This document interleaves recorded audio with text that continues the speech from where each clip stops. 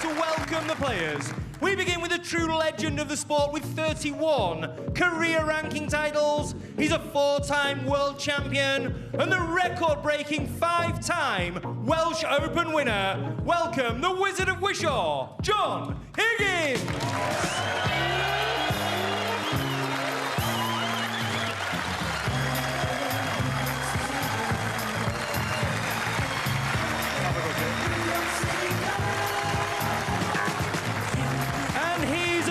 The former UK and Masters champion. This season he's already won the shootout and champion of champions, the pistol, Mark Allen.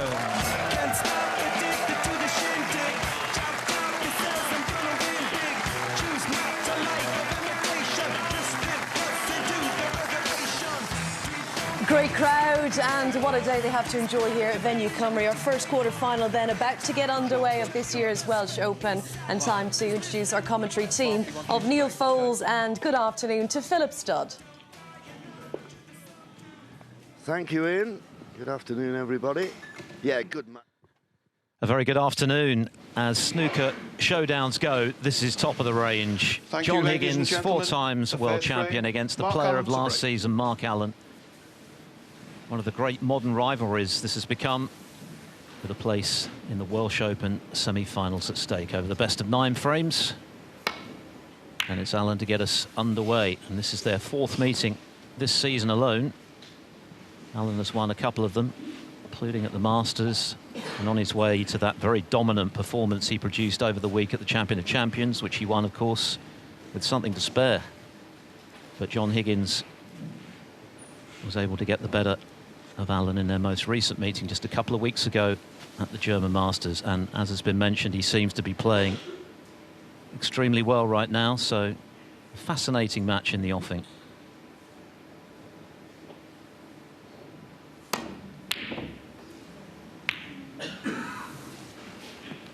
And for Higgins this weekend, Neil, the challenge is to end that 3-year ranking title drought.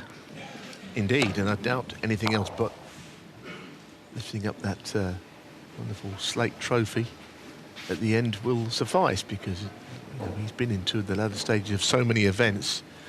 Until he gets another one, I don't think he'll be back, or we'll be saying that he's back to his best. He's just a very difficult player to beat, of course. But, there is a strong argument the winner of the event might come from this match. The world champions in the bottom half, and other players are in it too, but this match-up is 2 of the most likely winners locking horns.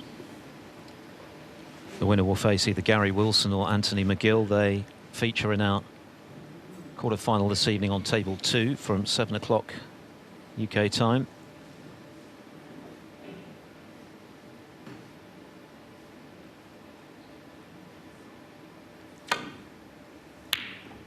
And you'll be able to watch that quarter-final on Discovery Plus. The match to follow this one, Dominic Dale. What a week he's having. His first ranking quarter-final since the Turkish Masters a couple of years ago against Elliot Slesser, who, as Jimmy mentioned, has got a couple of big wins over Ronnie O'Sullivan on his CV. And on table 1 this evening from 7, it's Luca Brissell, a rejuvenated Luca Brissell against.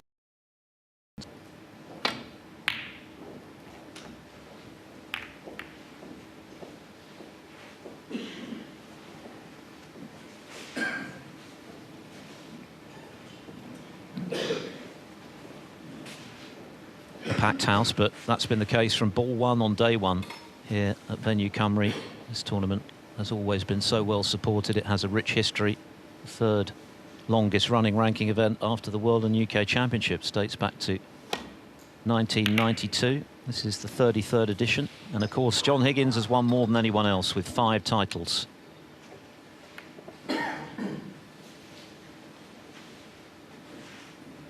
Already a safety battle between this pair. There should be, I would think, quite a bit of that. Certainly the chances won't be frequent, I think, for either player.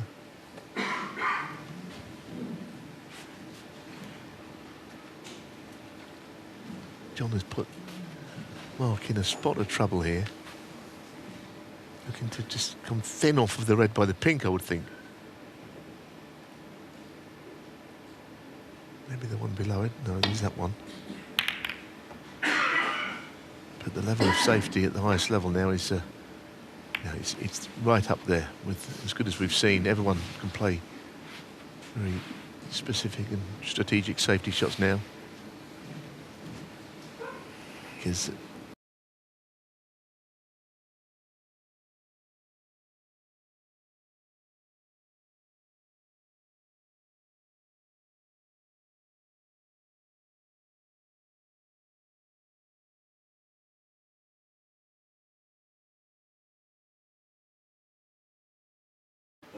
if he hits the blue, Allen's in a spot of bother, so I think that's what he'll play. 4-1, Ryan Day 4-1, but last night was a different story. He had to come from 3-1 behind to win a decider against Matt Selt, who had a chance in that deciding frame. He didn't land nicely on the final yellow, missed it, and in the end Higgins won on the blue. So close shave, but he playing on 3 cushions. He did nominate that one. He's going the other way. Foul, a miss. I'm surprised he played in that. John Higgins one Mark Allen effort, 5. quite honestly. And I don't suppose Mark Allen can have it put back, really, because John might get the shot and snooker him this time.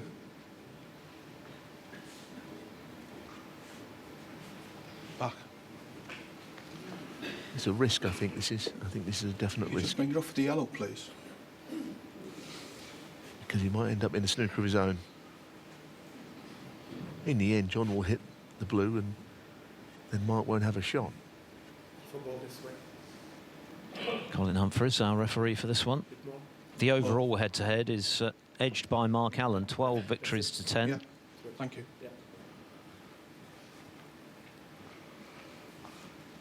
And they played on all the biggest stages: World Championship, UK Championship, Masters. Okay, yeah. Mark, thank you. Blue again. It's a strange shot this is, I think. Slightly more in. Because he's trying to hit the blue, but it appears that other balls are in the way of one cushion, to me. Blue. Blue ball. Must have a route planned. Let's see.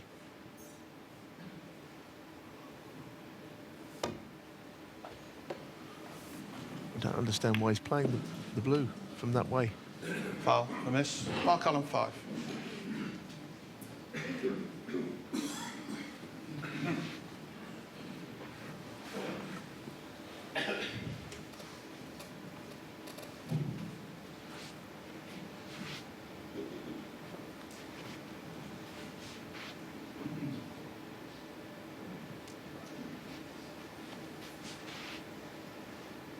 Looks like he sort of just mouthed there to Colin Humphreys that he tends to play, so no miss accepted.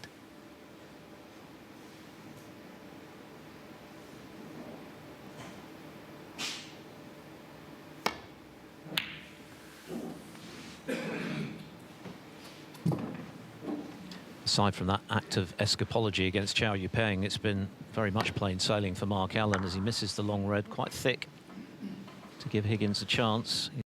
One frame in his last 3 matches, including a very straightforward victory over a completely out of sorts Robbie Williams, owner of the top break of 146 last night.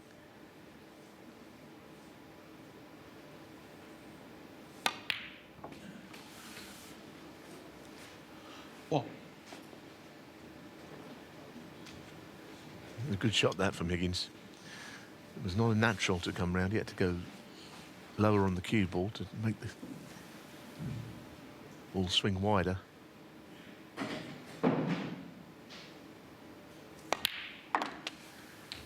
And has he got now the shot, the red above the black, pot it and move the one to the right of the black. 7.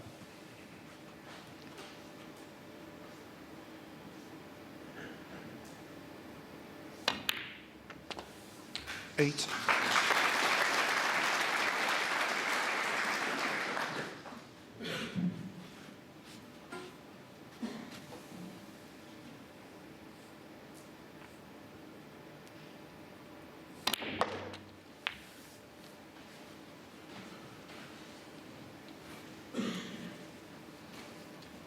It's a measure of the ambition 15. that John Higgins still has, and indeed the passion that he still has for this sport, that even at this stage of his career, having won 31 ranking titles, 4 world championships, nothing left to prove, that he's still looking for something new, an extra edge to his game in the form of 60. trying to get some help for the first time in his illustrious career on the mental side of things, which he told Michael Holt he's quite enjoying.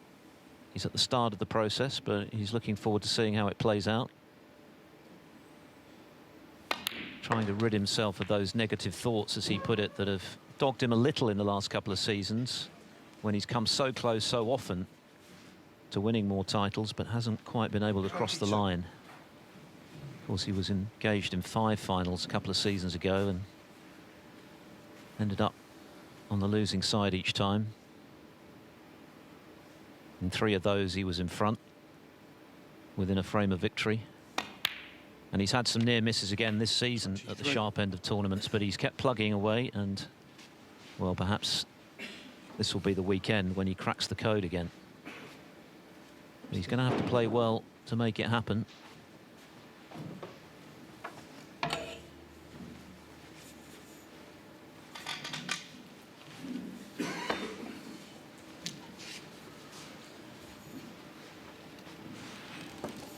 Well, didn't quite get on this next colour as he would have hoped. This is not part of the plan, using the long stuff.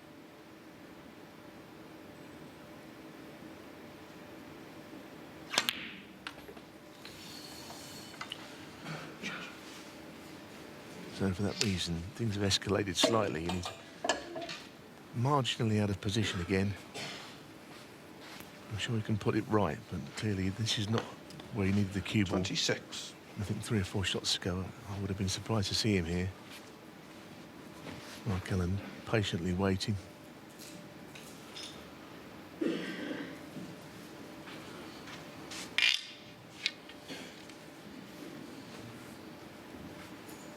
Looks like he can just put it and run around the back of the black and take the black in.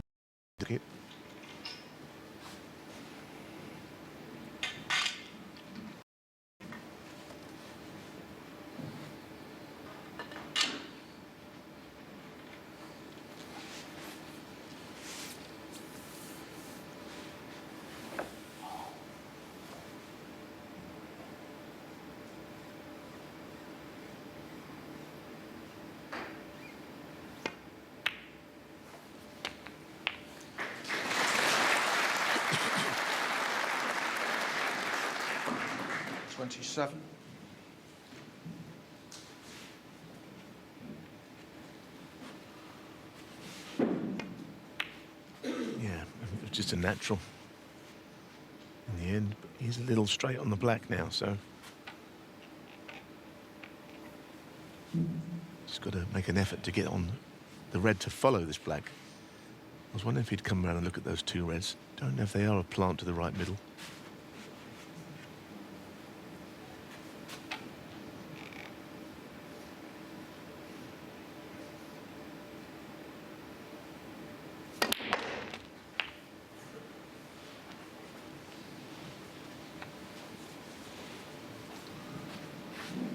$34.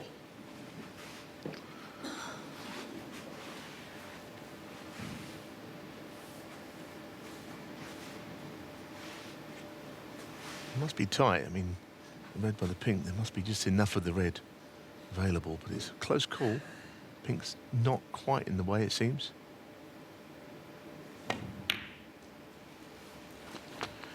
$35. Been flicking the pink. Now all of a sudden things have got awkward again, and he's never been in complete control in this whole break.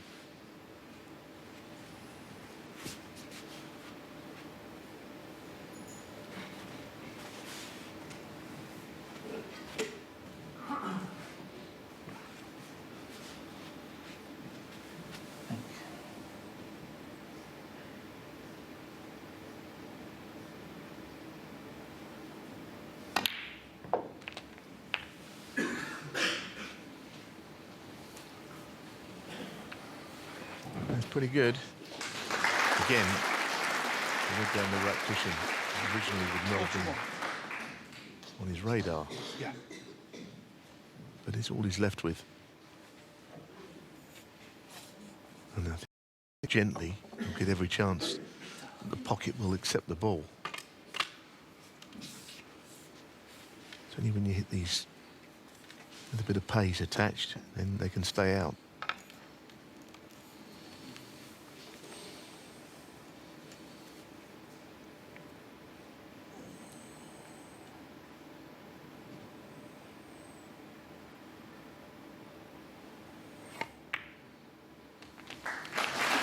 Very nicely done. Those are never easy, particularly with extensions on cue and rest, and Higgins could not have struck that any more sweetly.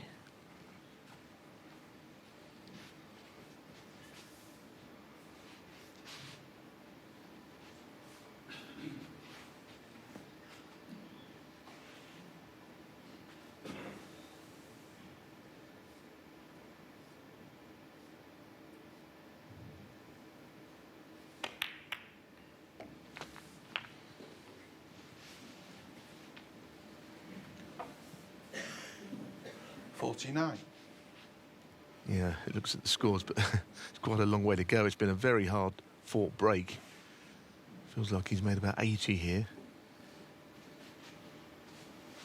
But his lead is only 40 points, so not anywhere near the winning line.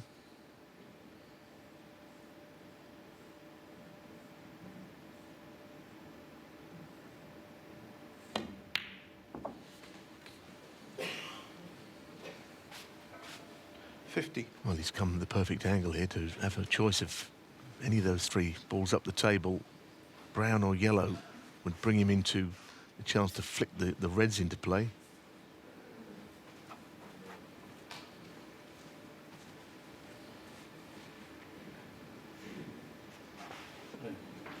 Brown ball.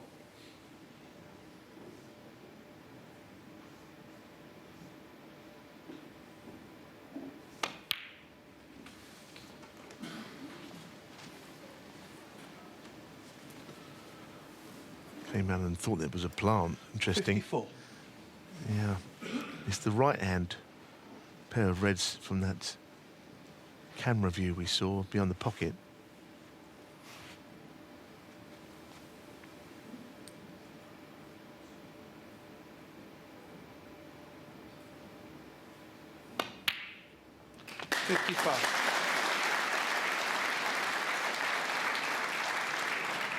Mark Allen, sitting in his chair, might be reflecting now on his decision not to get John Higgins to play again after he'd missed the blue a couple of times. He chose instead to take on the long red, missed it by a margin, and this is the result.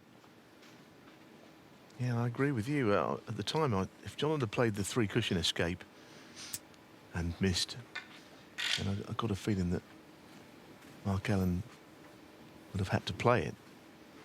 But the way he was coming in from seemingly with the brown in the way, maybe there was an argument to let him have another couple of cracks at it, getting out of it. It was a self-inflicted snooker in the first place.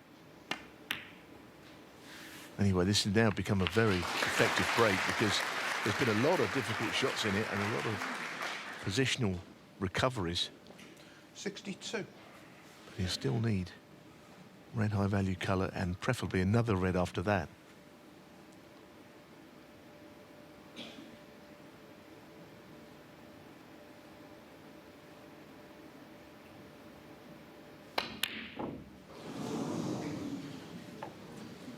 John Higgins, 62. Certainly not the most awkward ball of the break, but on this occasion Higgins doesn't negotiate the red, so a chance for Allen to get back into it. Still plenty of points there. It was a very good break from John Higgins, but 53 the margin, still 67 available.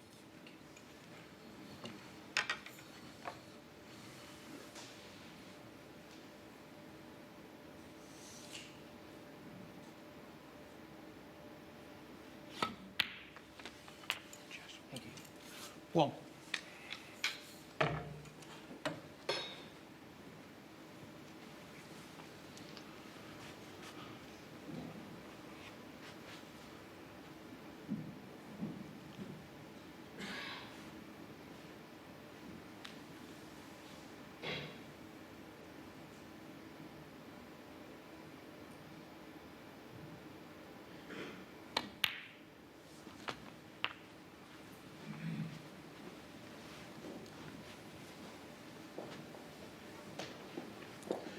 8.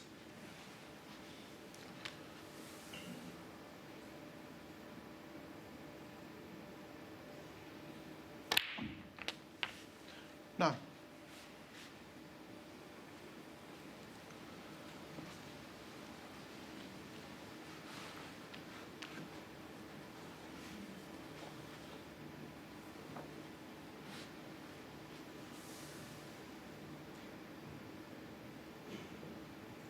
Very slight angle here.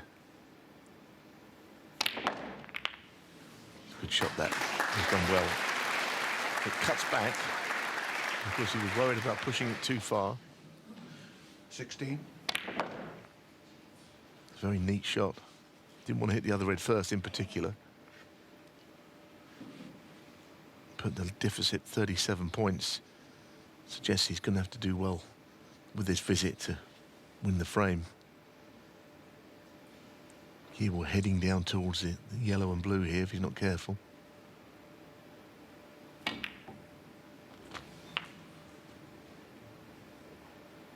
Which is not really what he wanted, 17. but he couldn't do anything to change that angle. He had to play the shot he did. Now, the next shot, there's quite a lot resting on. If he takes the brown to middle, that is, cueing awkwardly.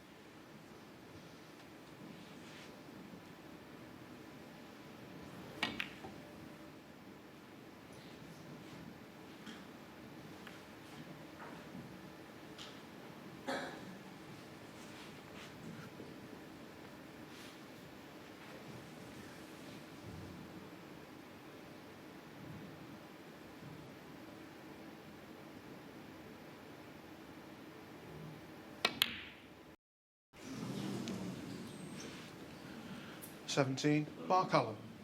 I think he's a little unlucky there. It was a good cannon. Then on the red, he had no real way of stopping the cue ball heading towards an area on the table he didn't want, and that pressurised the shot on the brown. And this is frame ball for Higgins.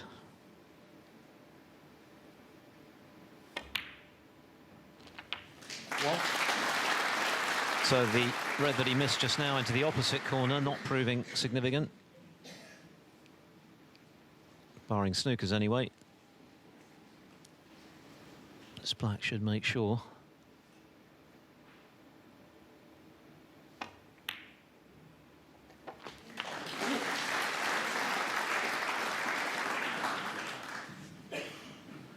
$8. 3 of them now required by Allen.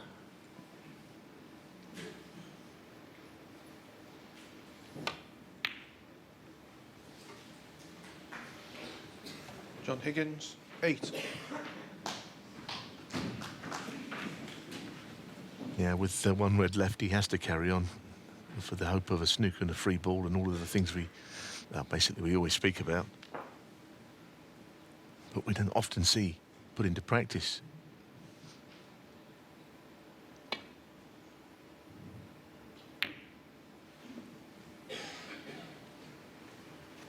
You'll have heard Mark Allen talk this week about the state of his game at the moment, and he's been quite disparaging, actually, saying he feels he's, in his words, a million miles away from playing his best. But, of course, what he has been able to cultivate in the last couple of seasons when he's had a lot of success is win ugly, win when he's not playing well. He's become very adept at that. Changed tactics, played the percentages more often. That's a typical John Higgins safety shot. Keep the pressure on, even though it's this man who needs the snookers. And although he's not been at his best this season, he's still been able to win 2 tournaments. The shootout, which was significant because it got him into the World Grand Prix, and the Champion of Champions, where he was outstanding.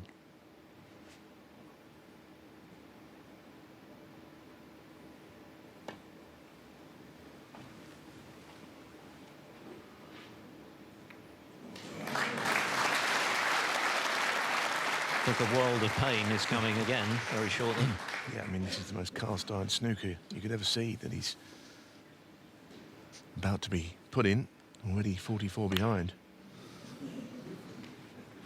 So probably a hit and hope here, and hit it, hope to get a snooker back. Can't really do anything else. Frame is virtually over.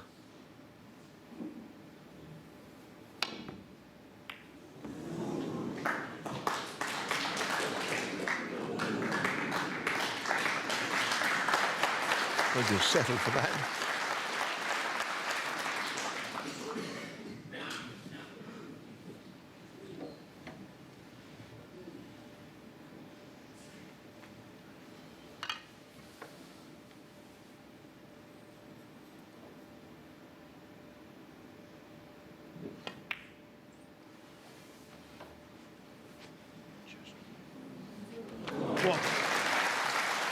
Well, that certainly put paid to a very satisfactory opening frame for John Higgins. Things were going a little wrong early on when he was trying to hit the blue without success, but he was afforded a way back in after Alan missed the long red, and he carved out a fine break of 62. Not quite a frame-winning one, but he's added the finishing touches since, and so it's the record 5 times Welsh Open champion John Higgins off the mark first. He leads 1-0. There to get onto the red to the left of the black ball, but as you can see, he's not on anything very easily.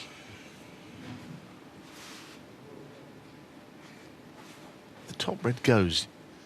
There's a right-hander who could lean across and knock it in, but it's difficult and miles away from what he hoped for.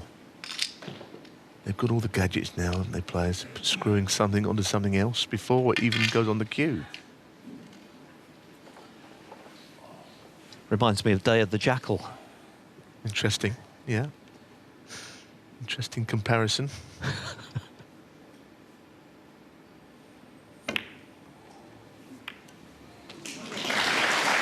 Good shot, that.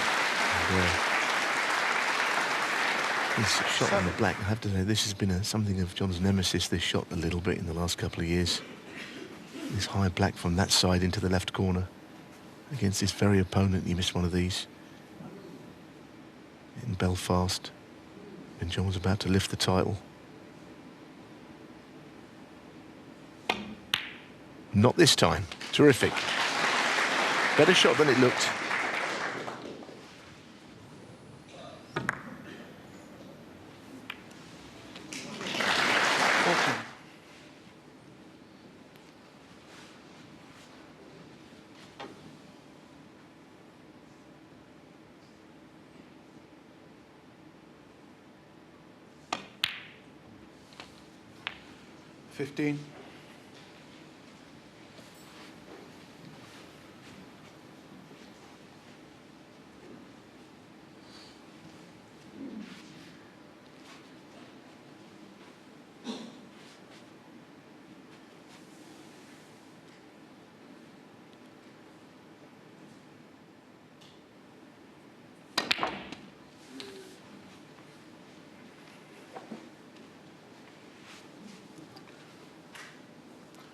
$22.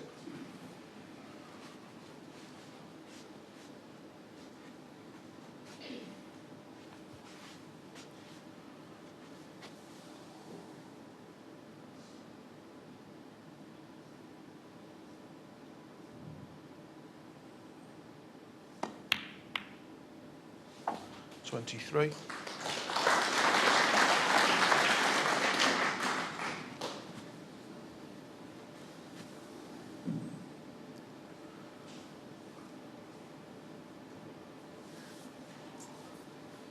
Yeah, he's just looking at a few things here. I mean, it appears he can play on is the one up the table. He had to look to see if it will go into the yellow pocket just then. Just give me a second, please, John. Colin Humphrey's got a...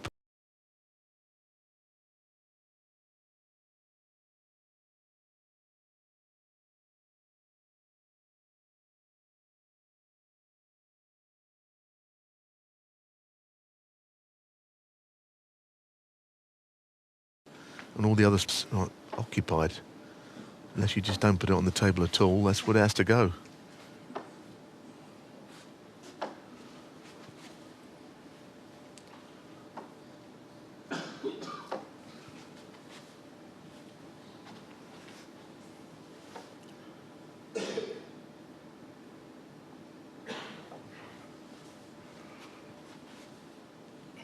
I think the jury's still out as to exactly where the fabled golden ball is going to go on the table for the upcoming Saudi Arabia Invitational. Yeah, I'll leave that to someone else because it seems a bit 29. of conjecture as to what he's going to be doing. I'm sure there'll be a moment when that'll all be announced. He's playing onto the blue to get into the bunch. Next 2 shots. 30. Looks in good concentration, John. I'll say that for him. And I never really doubted that side of his game, but just needs a bit of luck here. Hopefully not to knock a red into the pocket.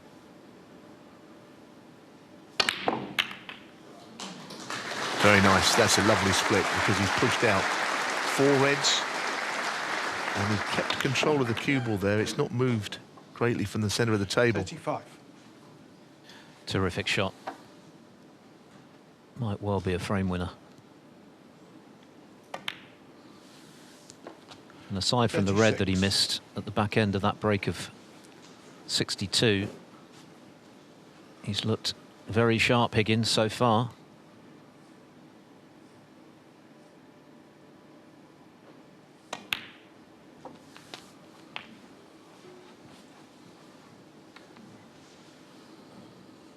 Just occasionally in the last couple of seasons, and certainly don't want to make it happen here. I'm not looking to do that, but he has inexplicably missed something at this kind of point and thrown away a lot of the good work that he's done to get here. Get the feeling he'll go on here from this position, however.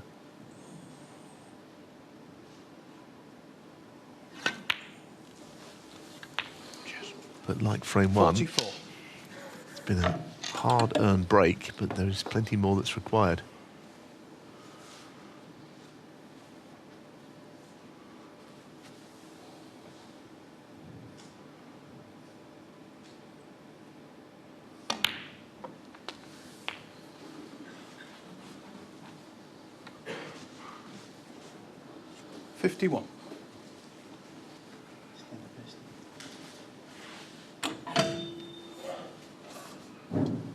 Of course, he had the ideal preparation as Mark Allen tries to remain in his little mental bubble there. In the Championship League last week, Higgins, when he was in prolific scoring form, made the 13th of his career to become the oldest player to make one in professional competition. 17 centuries in all in 6 days. So he was well and truly in the groove when he arrived here in Llandudno, but of course there's a world of difference between the Championship League and producing the goods on the match table here at a big event like this against one of the top players. So far he is.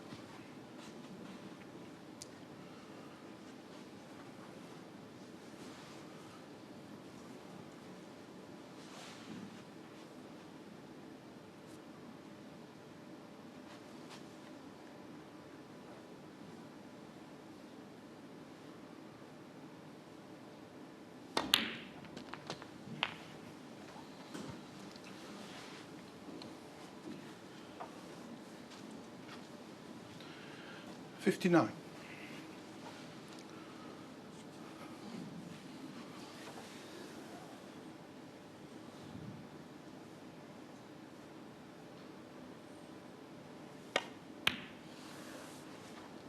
$60.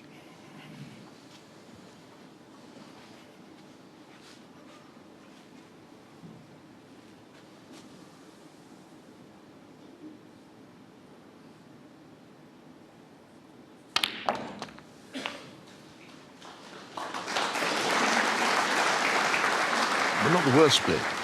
And interestingly hit the pink there to get into the bunch rather than the reds at each side of it. Either side of it. Now, another red. He can retreat up the table and take in this as it's frame ball.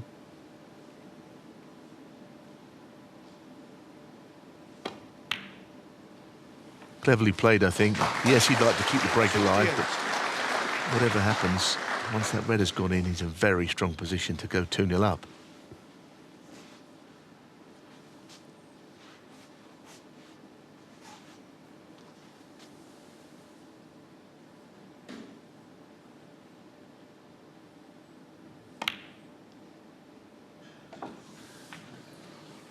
good stuff from John Higgins, this, isn't it? It's been a hard break. And like I said earlier, he looks very focused 70. At the table. 71. Well, the omens and the signs. Higgins looking pretty good in these early stages.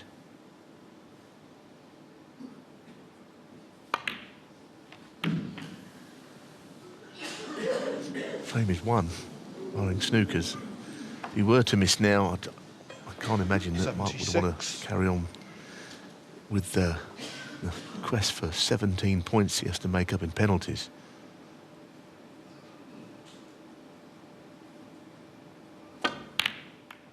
But it won't matter now. The frame already won, but that was still excellent 77. cueing from Higgins, and the chance now to further embellish his century tally. He's already made 46 this season. He's just 13 shy of the magical 1,000 for his career.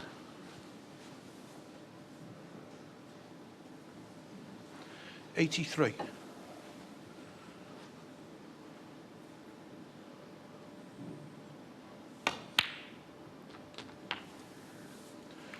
'84.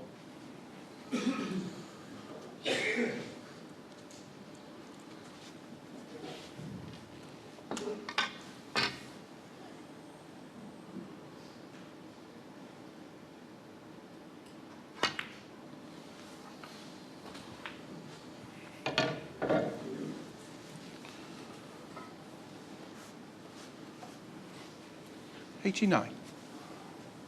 Mark Allen has had a couple of half chances, not much more than that. 90.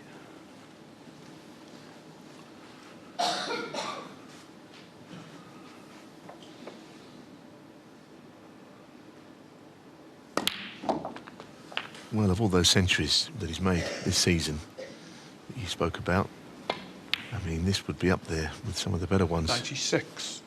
And because of that Mark Allen miss, he's been sitting down watching this ever since. It's been a very good break, but there's been a lot of thought as to go into a number of the shots.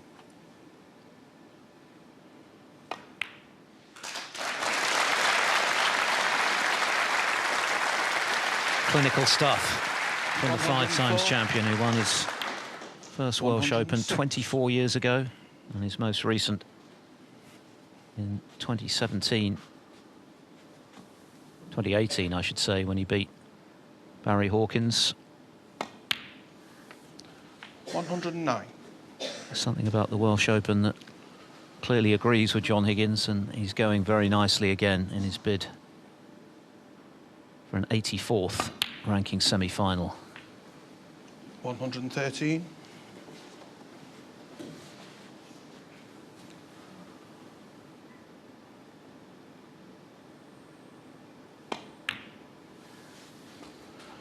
118.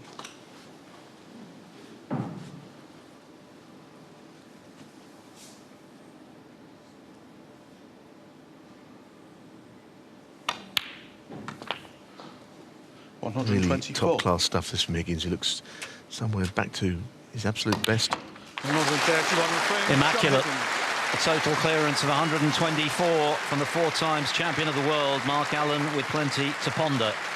It's been all John Higgins thus far. He now leads 2-0. A lot of his finest wins during this period of sustained success that he's enjoyed have been from losing positions, not least the UK Championship last season when he was in a world of trouble at 6-1 down to Ding and only lost one more frame in that final. But he'll be very conscious of how well Higgins has been cueing in the last couple of frames.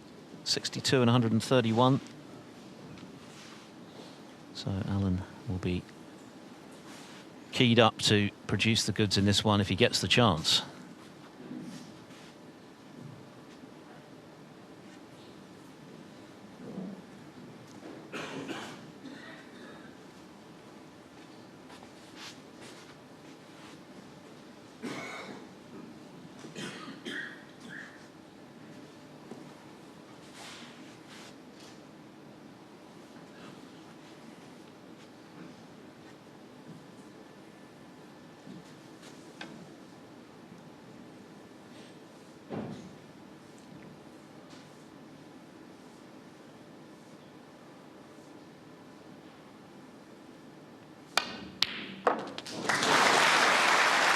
that's the best of the lot.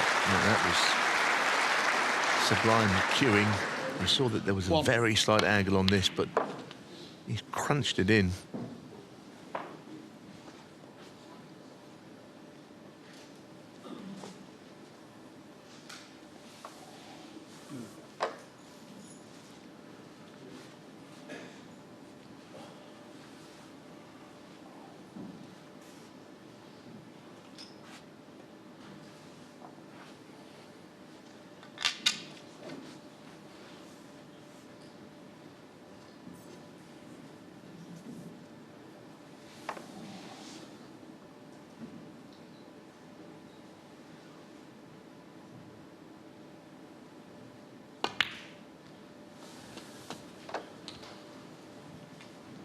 And very quickly playing on the red that's just to the right of the black. 6. That will free up the black, of course, and it could be off and running again here.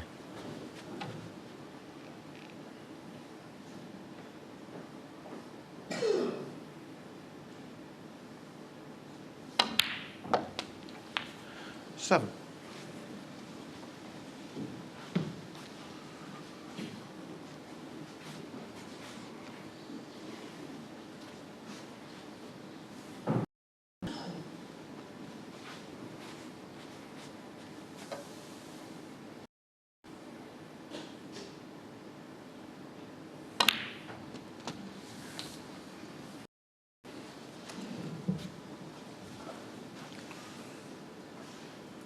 14.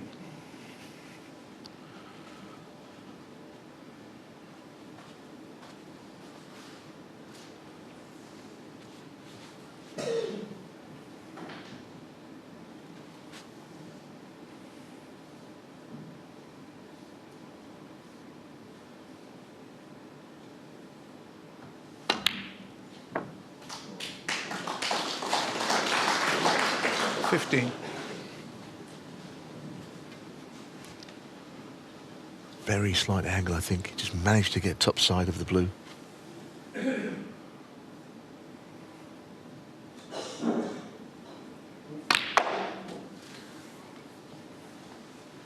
Played with screw and left-hand reverse side.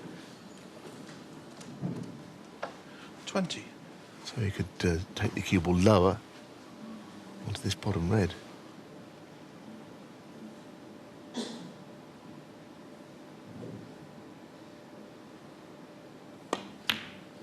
Interesting, because the first two frames, you know, he was given chances, and that led to him making the breaks. This time, he's absolutely screamed along red into the left corner with brilliant cueing and seemingly gaining confidence all the time. Well, he would miss that, wouldn't he? Now I've said that, goodness me. Sorry, John. John Higgins, 21. And you made the point earlier that it is the odd lapse like this that has been a problem for Higgins in the last couple of years or so. The body language tells you how infuriated he is to have given up that chance which he created with that wonderful long red that he knocked in. So, an unexpected lifeline for Mark Allen and the chance to get involved in this quarter-final. Well, yeah, I mean, it's a big moment. I put the curse on him and apologise, but he was trying to get the cue ball up high onto a red, and the angle on the black was a bit straighter than that. Easy mistake to make.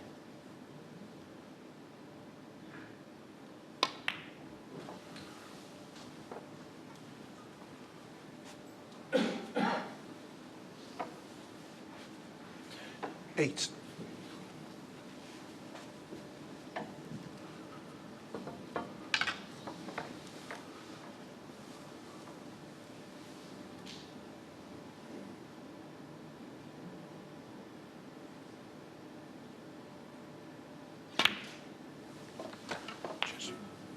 Nine.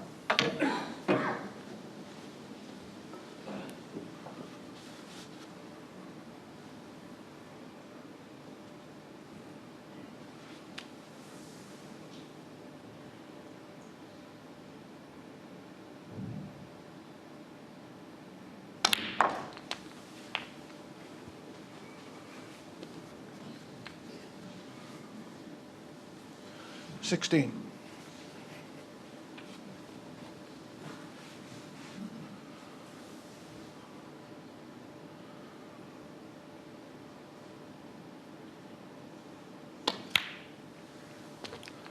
$17.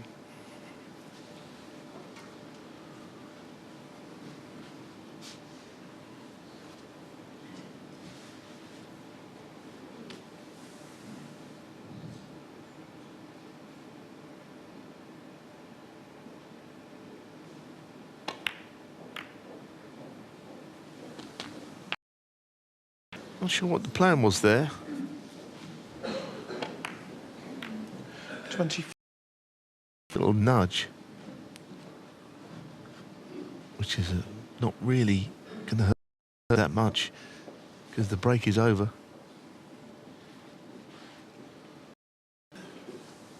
Well, of course, he can pop this red to middle. Very difficult, though.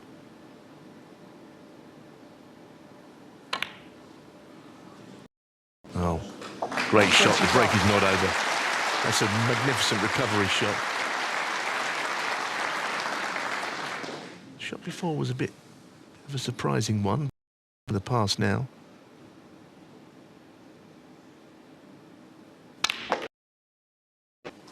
Very aggressive.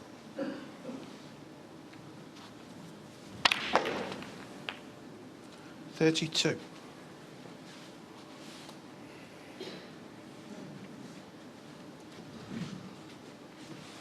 Seen a few shots miss in the middle of pockets, especially that left middle, and generally they hold their line on these sort of shots.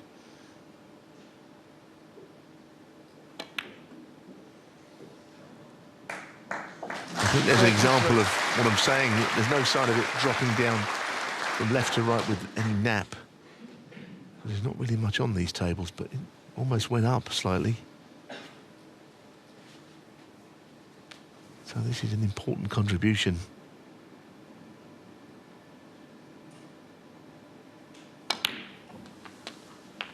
Oh, goodness. Oh. This time it is over. 40. And that was the shot that John missed, but it's not proven as costly as it might have done.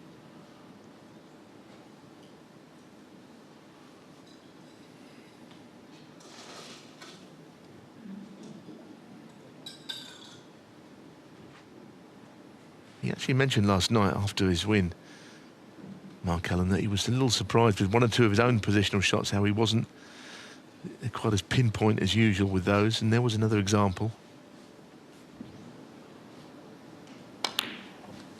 Obviously tried to screw him behind that red, but not land on top of it.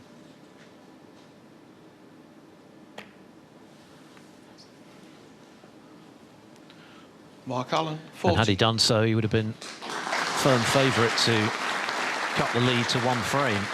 So this third frame now becomes very big. Both players have had chances. Higgins with the surprising error on the black, but not really punished in the way perhaps he should have been.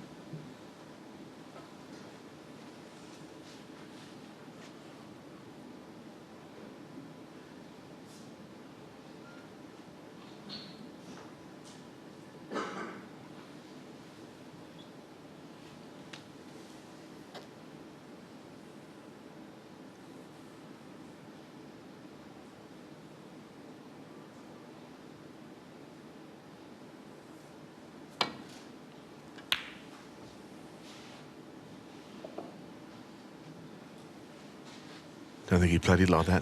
I'm sure that was not quite how he intended to get back down the table. He looked very anxious in running. Hit it a bit thicker than he intended. So now John, after he's missed a black off the spot, which might have just dented his confidence, but this is a long pot, which these sort of shots he's been knocking in this week. It's just a question of whether he's still thinking about the last mistake.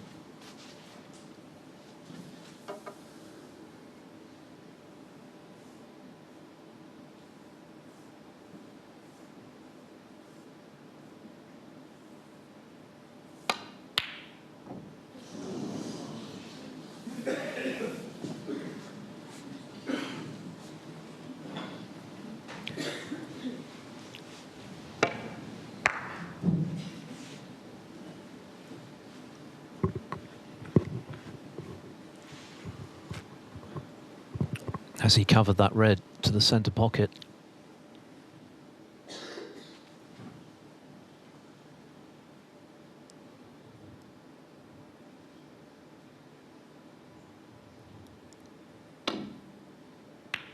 Well, the answer was yes and no. Because he had. It was a good swerve, that. Well, After he locate the potting angle, hitting the red, of course, never a problem.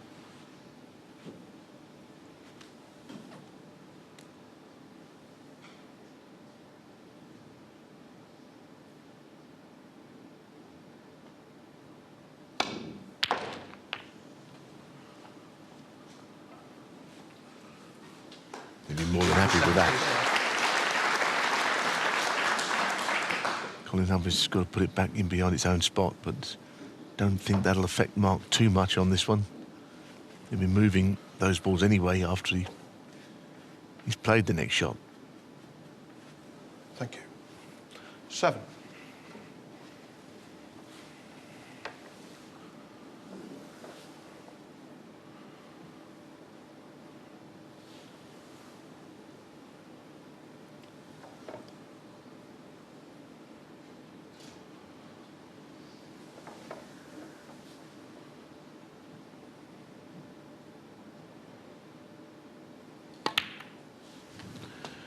Eight. That's cleverly done. Tried exactly that. Be able to just knock the red off the pink spot now to tidy things up.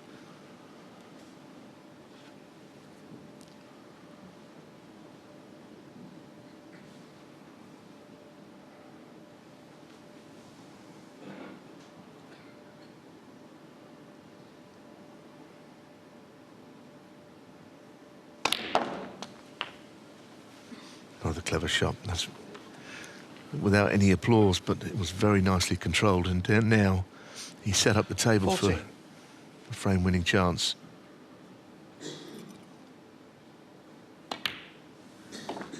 $15. He'd been largely shut out in the first couple of frames. He had a chance early in the second, missed a red. But it was looking likely to be 3-0. Oh, hang on. That was not clean. No. And of course, from that side angle, you really do see that shot even better. From 20. where we're looking now, might have been less obvious that it was in doubt, but it certainly was.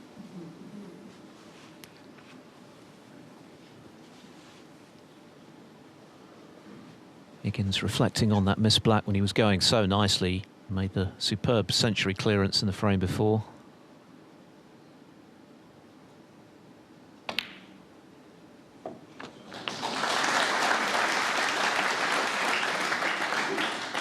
$21. So 40, the difference. The brown would be enough to leave Higgins requiring a snooker.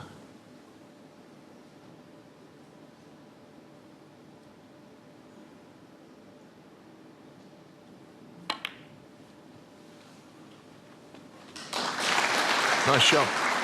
Didn't exactly play behind the red. 25. But as Philip said, it was all about the brown going in. But this red seals the frame. Very good dropping shots in, isn't he? 26. Slowly like that. Don't know whether John would even carry on. Difference is 45. Mark is going to be nailing colours down as well in a minute. That's what he's done here. No pot attempted. Mark Allen, 26, and a frame.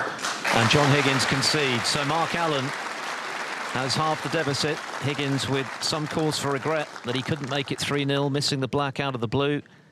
And Mark Allen closes to 2-1. A vital intervention from Mark Allen. Thank you. There was some danger he was going to fall 3-0 behind, and then John Higgins is in complete control and feeling great. But Higgins perhaps with cause now to dwell on that black that he missed, with Allen managing to come back into the frame and halve the deficit with this, the final frame before the interval, which of course we now have because it's the best of 9 as opposed to the best of 7 throughout the week to date, for a place in the semi-finals and a meeting with either Gary Wilson or Anthony McGill. They're in action on table 2 this evening from 7 o'clock UK time.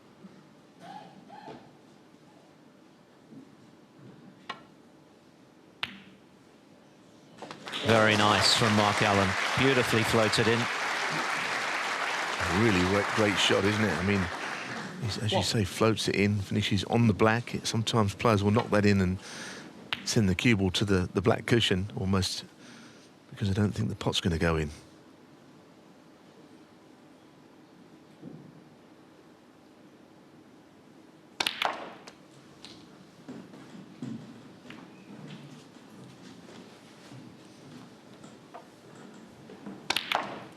Eight. Now, he's on a couple of reds, but neither are particularly easy. Reds to either middle pocket. That one doesn't go into the end. It'll go into the middle. I think the right hand red to right middle is the most likely. But I don't think he likes anything really. Looking at all other options. Problem with this red he's taking on, he leaves the red to the left of it if it doesn't go in.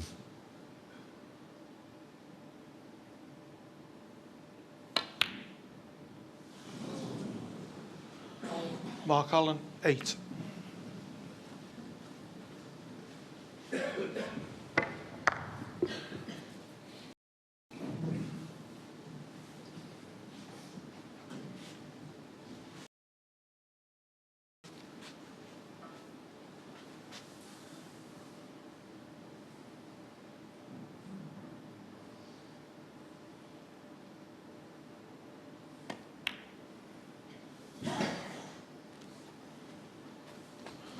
One.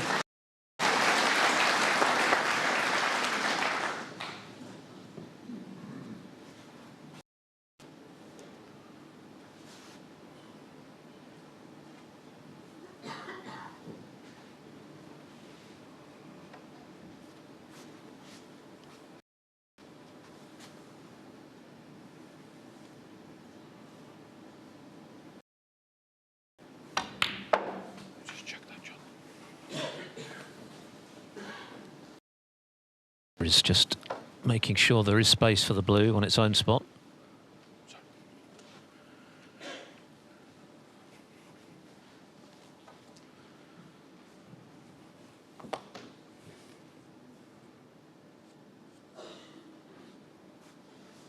Yes. 6.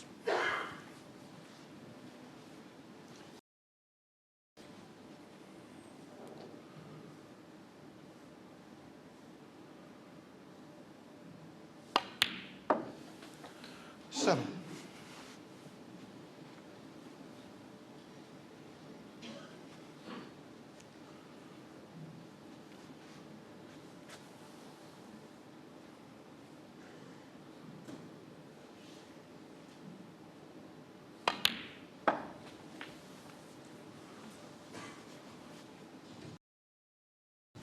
Well, he'd like to be able to pot that red by the blue. I think from just about where he is, you can see enough of the red.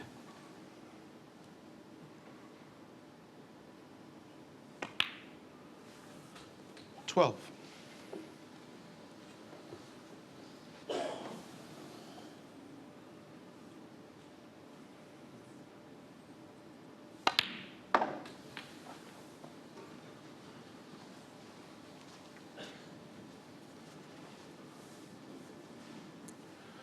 15.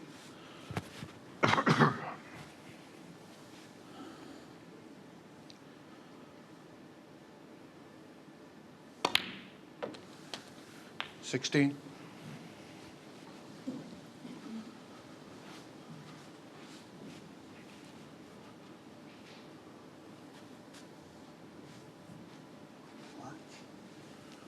Yeah, I'll have to use them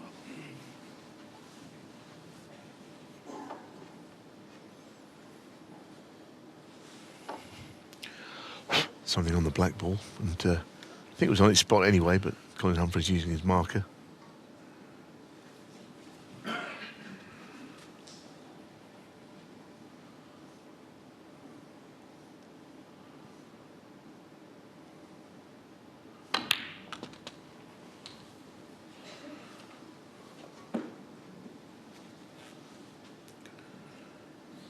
$23.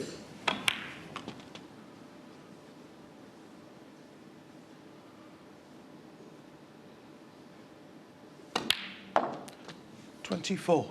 Well, this would be the perfect antidote to the frustration of missing the black, and with it, the chance of a 3-0 lead if Higgins could convert this chance to something frame-winning. Take a 3-1 interval lead.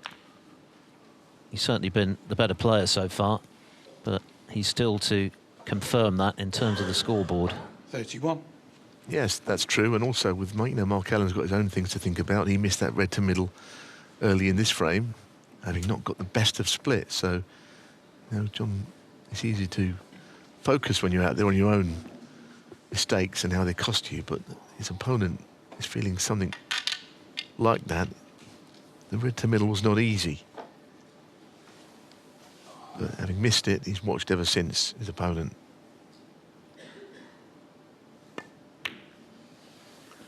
$32.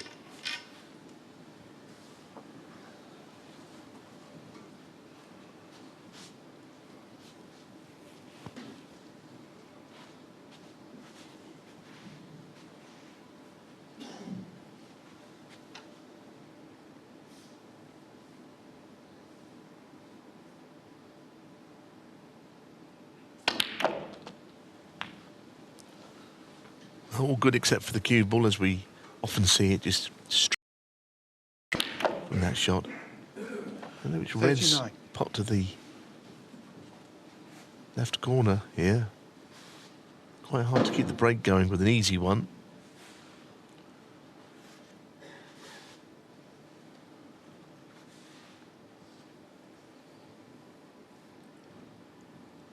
So this red, but certainly taking the cue ball up and away a little bit from the action.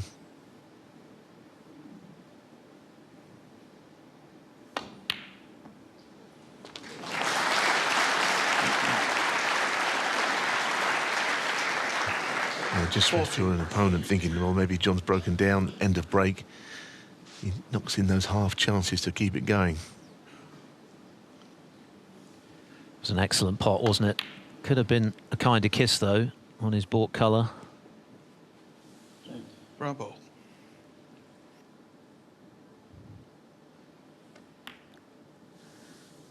John Higgins, 40. Tried a 2 in one shot and didn't really get either part of it. Brown not entirely safe. Cue ball not behind the yellow. And it would have been an interesting snooker because Mark Allen would have been in trouble with all of the target reds in the centre of the table, nowhere to hide the cue ball.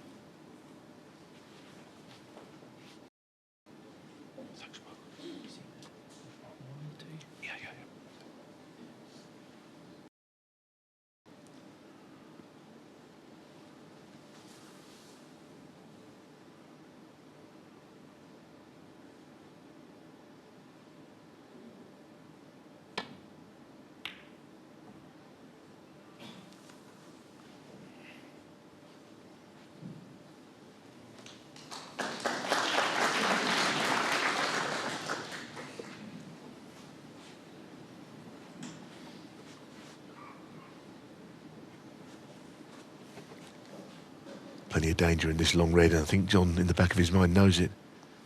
Cue ball heading out towards the middle of the table somewhat, whether he pots it or not.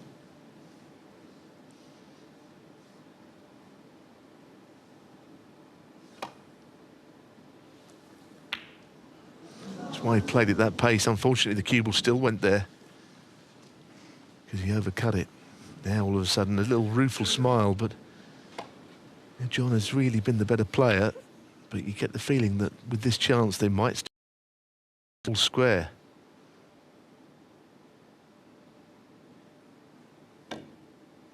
Still got to do this, of course, but it is a good chance now.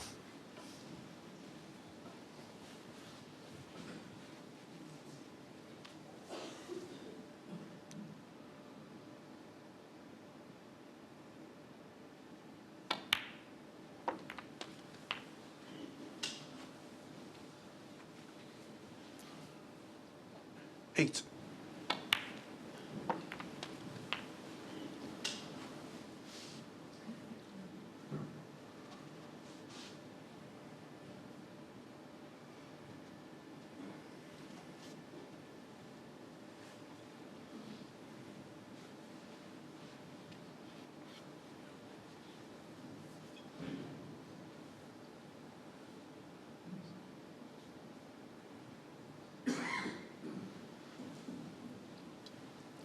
I think it's fair to say it would be a major result for Mark Allen, who's not really fired yet. If he could emerge unscathed from this mini session at 2 each, he'd be thrilled with that. Start again on the other half. Still got to make it happen.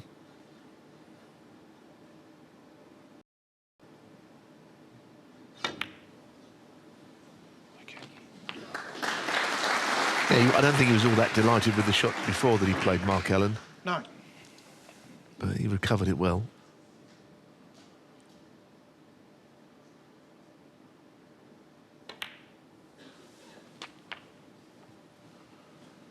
Not every one of his little close-up shots today have worked out as well as 16. They normally do, but that was a nice one.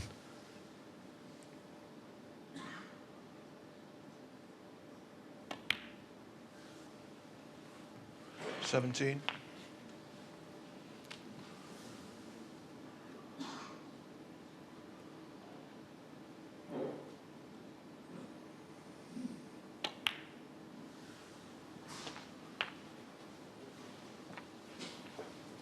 So the deficit now was just a handful 24. of points. Single figures.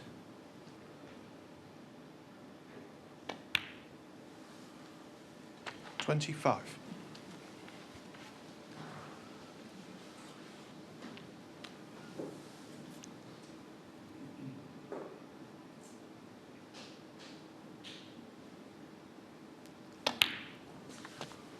Interesting point here. He could take 3 red, blacks and the yellow.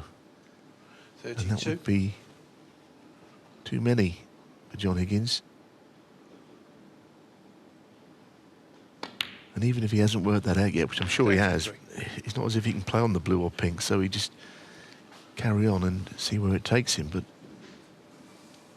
there's a chance there'll be too many in it if he takes the blacks with these reds.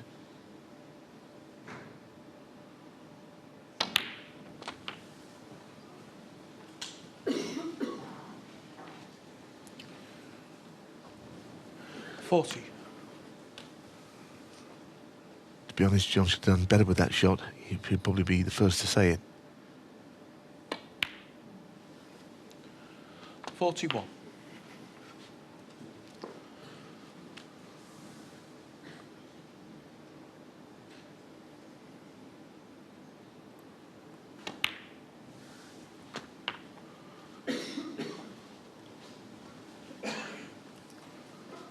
$48. Higgins missed the black in the third frame when he was looking good for 3-0. And he tried to 49. roll the red in to the right corner.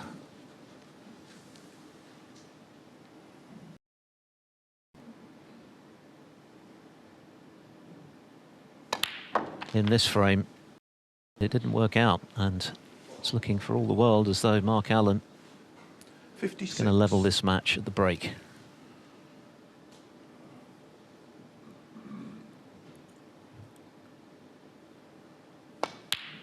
$58. Applause for frame ball. 26 the difference with 25 on the table. Yeah, all because he took reds and blacks, but he didn't even try and get on the green there. A little surprised by that, but there's nothing wrong with the shot he has played. Mark Allen, 58. So that was a very good contribution from the chance that John Higgins left him.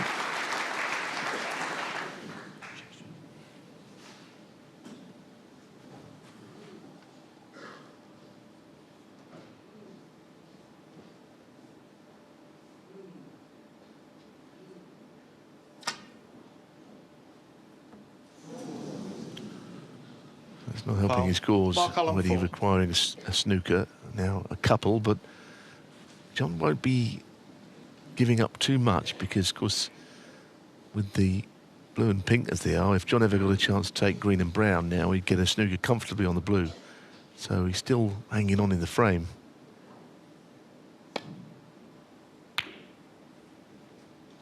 Mark trying to split them two up. That's a clever shot. That's scuppered the opportunity that John might have had. Clever stuff.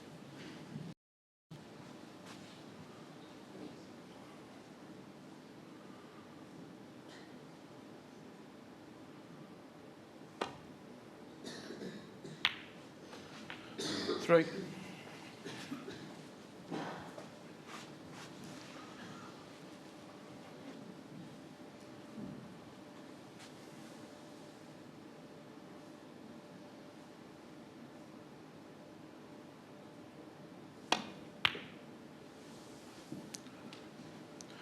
John Higgins, 3.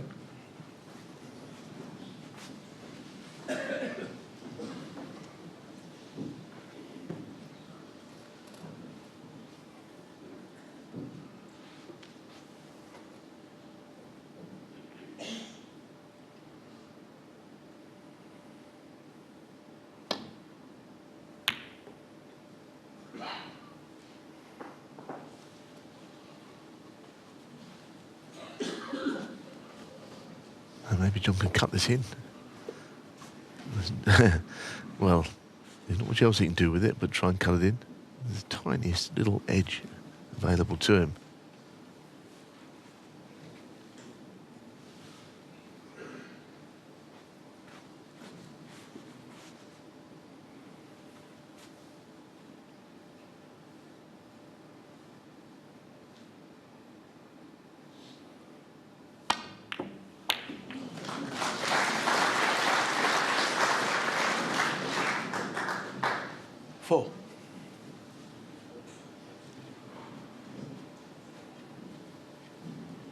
So 1-2 snooker to tie now is the equation with the 5-point penalty if John gets it.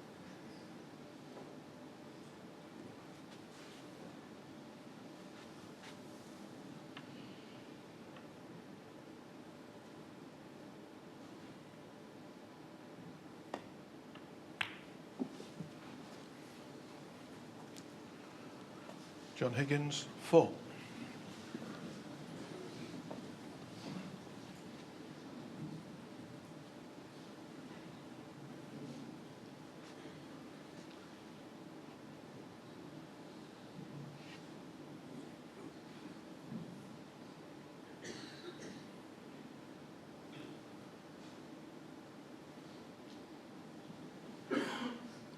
I think that John will be hopeful that where the black ended up after he cut the brown in, it's given him a fair option to get a snooker. He's not in the worst place up there. Sneak the mind. So that's keeping his dreams of snatching the frame back alive, because really felt that he got in with a chance of winning it already, John. Previous frame, we know that he missed a bad black when he was going ever so well. So if ended up 2-2, I think the man who's playing his shot in a moment will be absolutely miles the happier.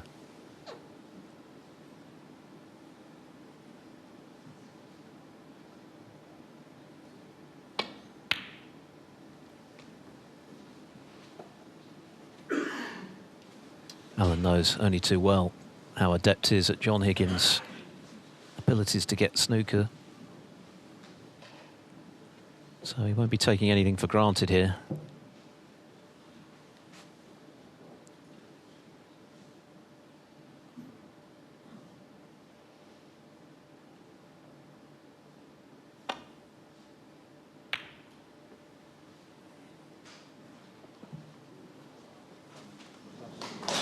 Oh, it's a brilliant shot. Absolutely brilliant, because it's not really a conventional way of getting a snooker. He just thought one up there. And with that blue just away from the cushion, you can definitely miss this. He's not even really certain as to which way he goes, all because of this shot. Very fine snookering effort. Will he get the points? Eminently missable, this.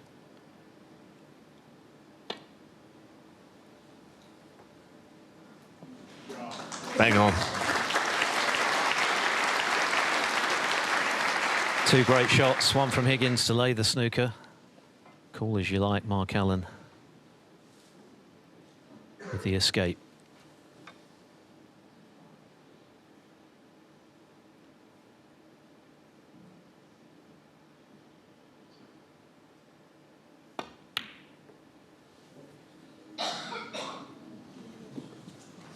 More trouble.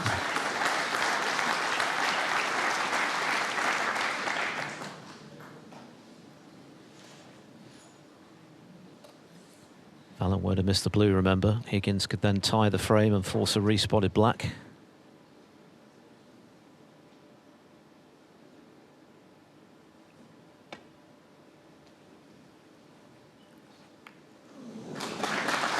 Not quite as full on this time, but he managed to brush the blue nonetheless.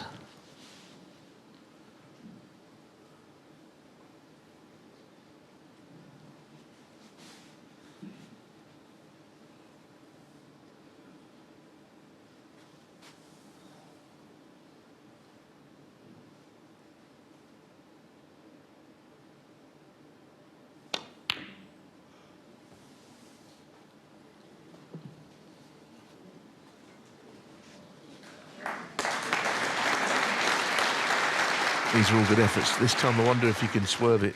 Yeah, it's a snooker, but a little bit of left-hand side on the ball, queuing down.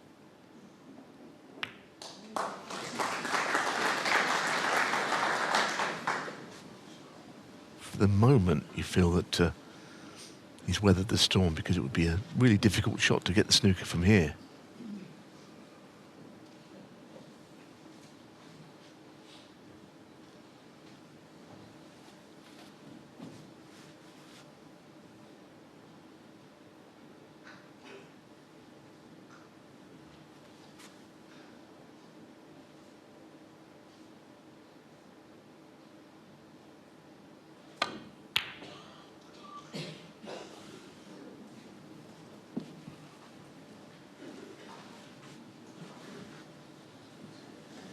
So this time Allen with a chance to kill this frame off by knocking the blue in.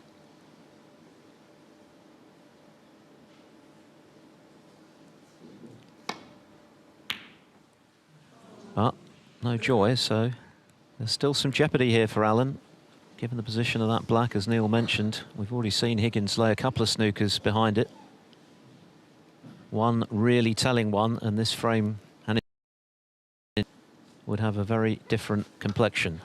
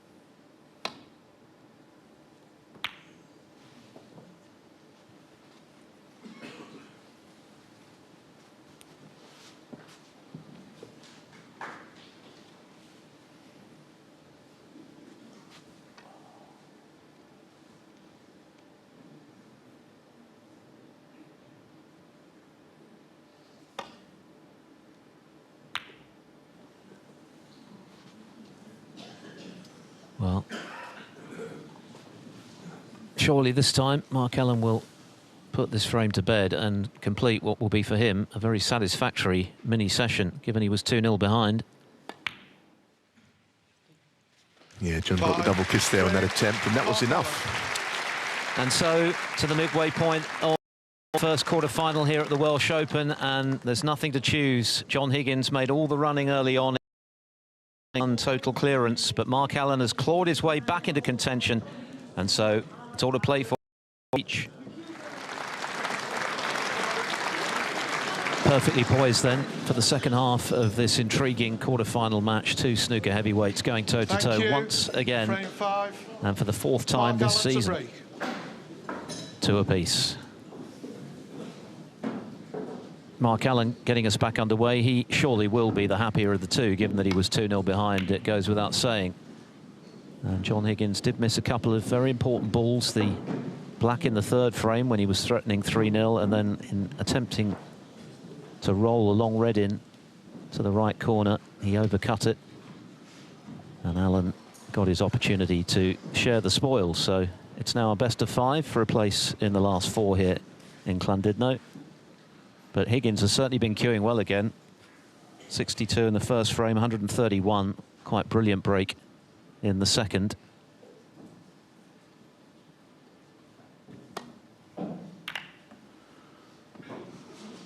Allen was the victor this season in the Champion of Champions semi-final, on his way to that title, and in the first round of the Masters in a decider.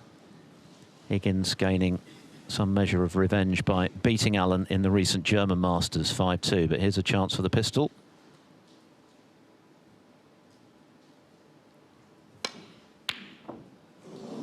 He's just undercut it though. Yeah, just not quite. And I mean, it's a funny old game, isn't it, snooker, when you think it's 2-2 and yet one player will be happier than the other one with the scores as you started. But I think clearly before that shot anyway, Mark Allen would have been the more buoyant of the two.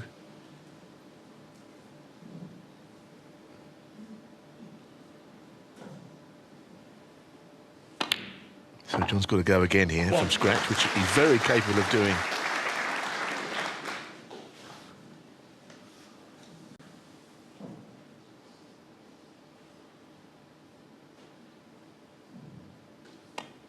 And this is precisely where the recent work that Higgins has been putting in for the first time in his career on the mental side of things becomes more significant, because he has talked himself about negative feelings that have affected him when one or two balls that he would have potted in the past have gone astray, and matches that he had in the palm of his hand seemingly have got away from him.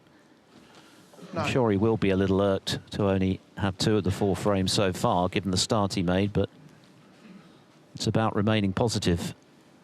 He knows he's playing well. It's about accepting that sometimes things do go wrong and not allowing yourself to dwell on that, which of course is much easier said than done, but it's only in the last few seasons that Higgins has been afflicted by what Clive Everton used to call clincher's disease. He's a serial winner. He's a 31-time ranking top. It's just a case of getting that mindset back again at this latish stage of his career. Remember, he turns in May.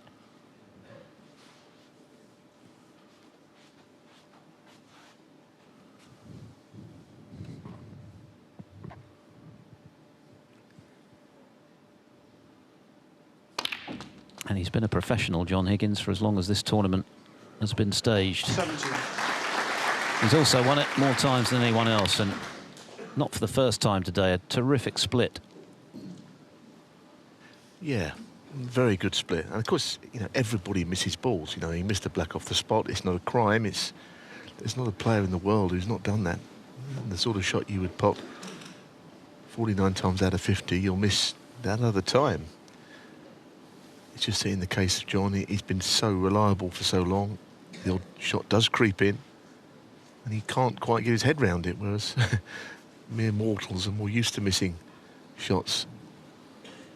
But as I say, he'll regroup, and he's got this early in frame 5, which helps.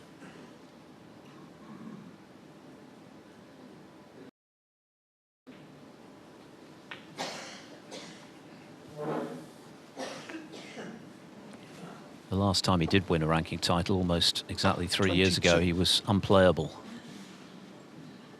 Remember, Mark Selby scored just 7 points in their best of 11 frame match in the Players' Championship in 2021.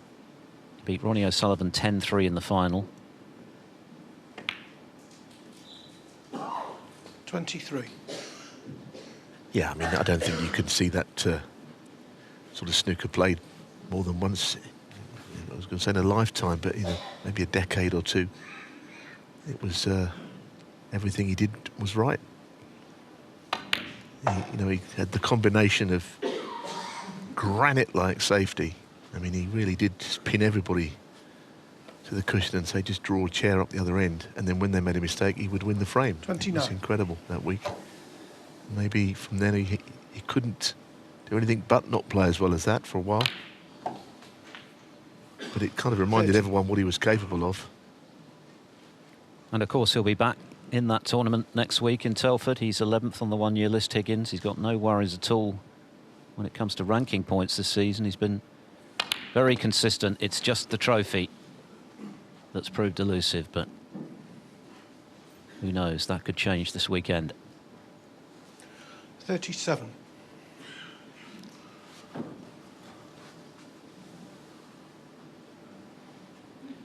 Exploring the possibility of a plant there to the same pocket as he's about to take this next pot into.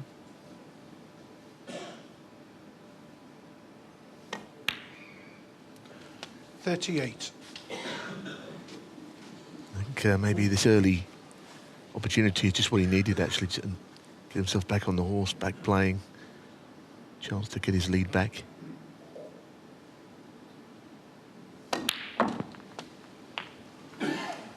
That's probably as good as it gets, his position on this red. You don't want to be straight. 45. And he's got an angle to basically drop it in.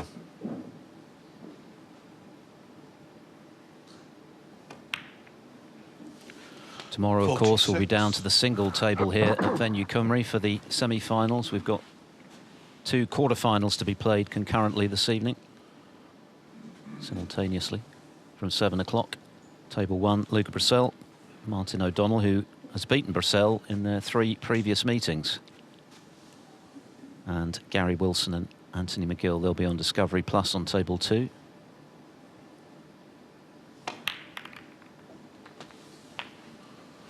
Yes, I mean, that's all to come. And just a quick word on O'Donnell. He played 2 very gruelling matches 53. yesterday. And they finished very late in the day as well against Anthony Hamilton and Marco Fu. He's a pretty resilient character, so I wouldn't rule out a chance 54. that he could upset the world champion there. Anyway, that's all to look forward to. This still getting very interesting.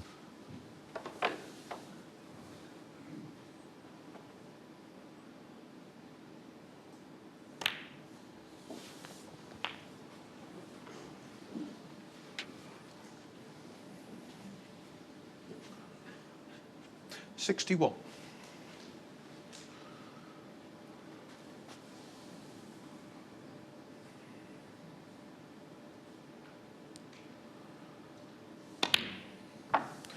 $62.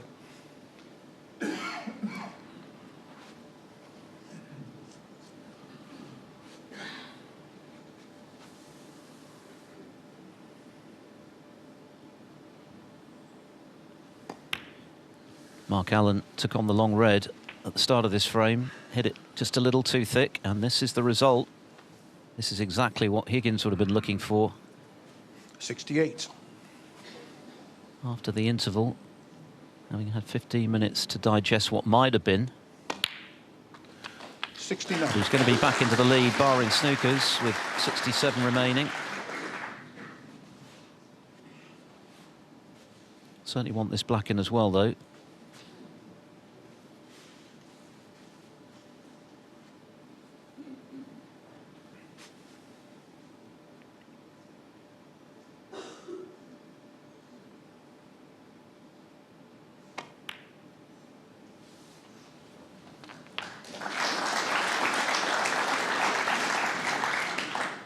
$76.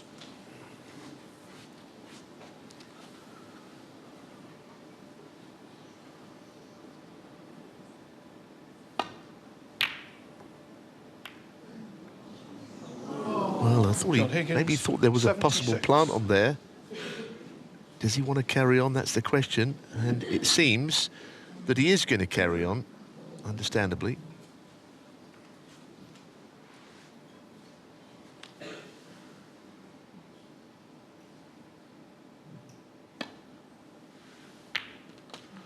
One.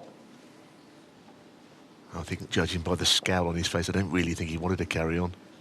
But you sometimes feel obliged to, just because there is a glimmer of hope you could steal a frame from nowhere. If you don't try, you don't get.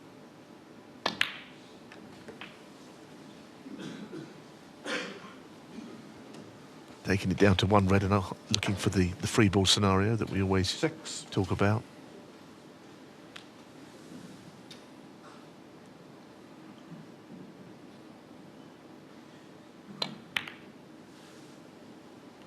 Seven.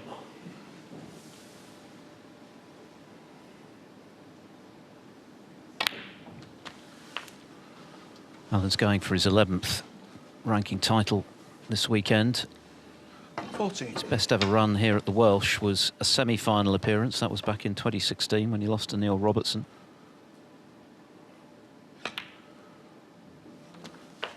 Cheers. 15.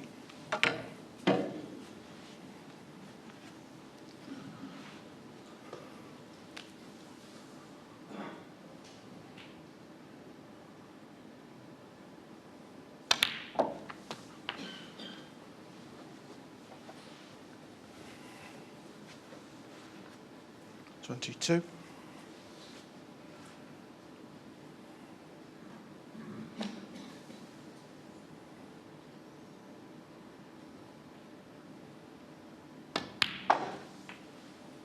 23.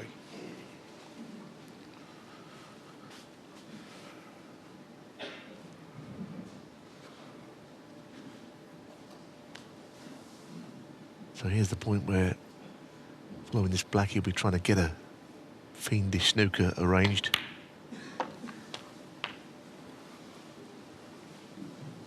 So 11 points to make up, which, you know, can be done 30. in one fell swoop, actually. You know, a snooker and all would be a game changer.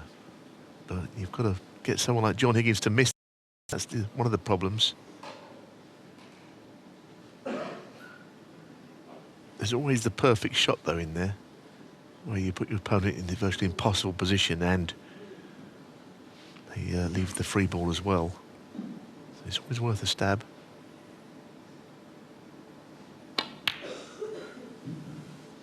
Although that, not quite the perfect shot, Mark Allen, has 30. to be said.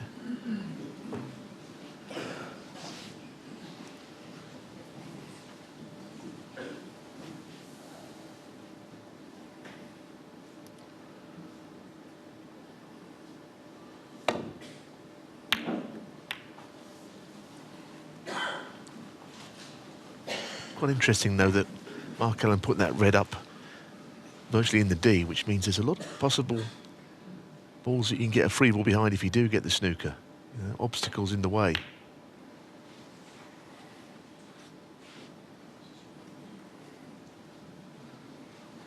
I would expect him to hit this, but it's still a good effort.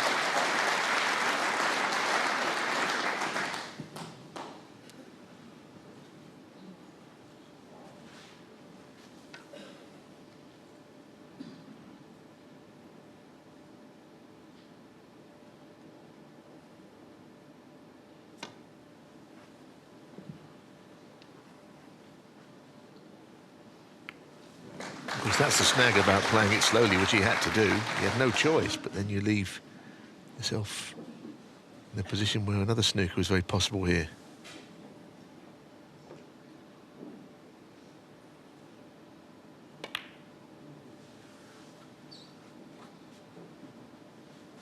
Free ball is not really an option, should he miss this.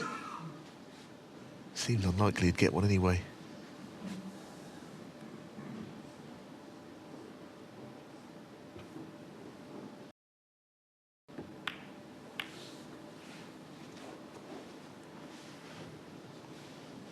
Now the brown is in a very interesting position for Mark Allen to try and get the cue ball behind at some point.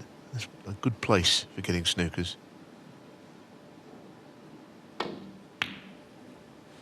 Immediately he makes that effort. 3 snookers required. But while the red is on the table, with that possibility of a free ball, there is still some hope for Allen, albeit that he's up against one of the most tactically astute players in the game's history, John Higgins.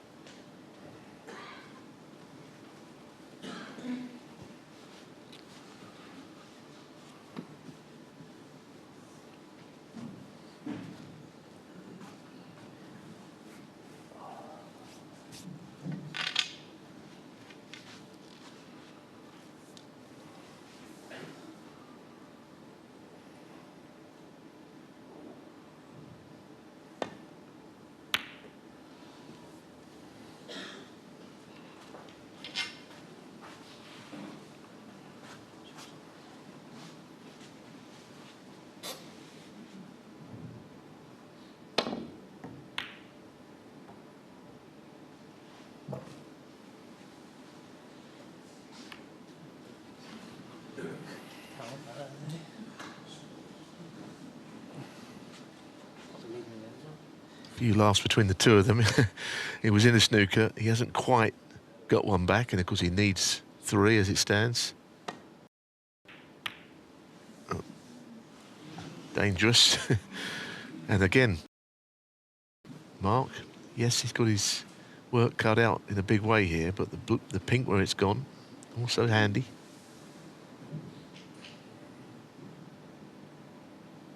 Getting the cue ball in behind there.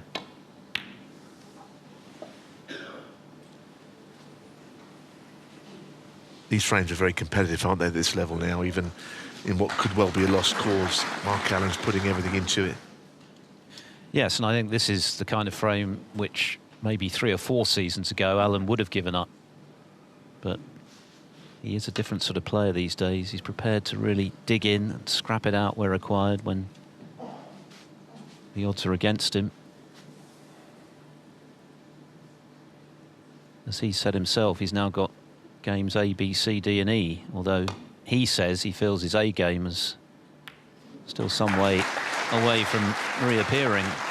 But here he is in the quarterfinals again, having won 2 titles already this season, 3 last. So he's clearly doing plenty right.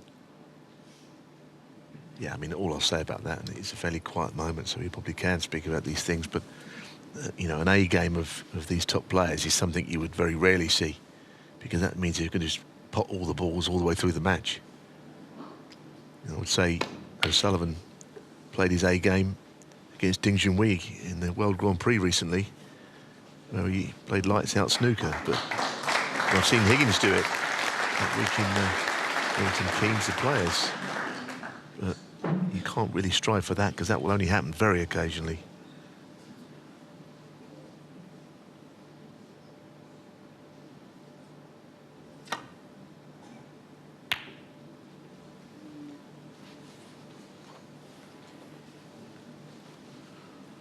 I think, you know, if you're going to go through the letters of the alphabet as Mark did, you know, the B game is still a very effective level, just below your absolute top notch.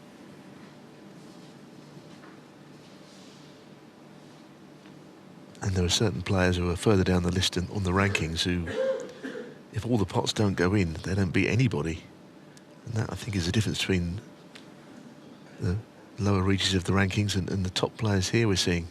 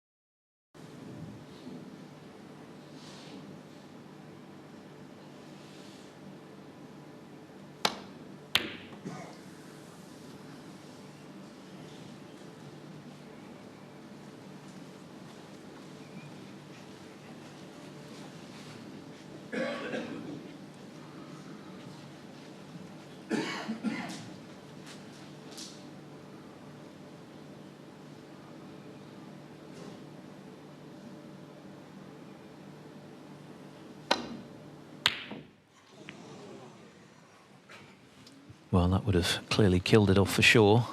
Feels like a long time ago now that John Higgins was making that excellent 76 break off Mark Allen's missed long red. He's still hot favourite to win the frame, but while the red is up, there's still life for Mark Allen.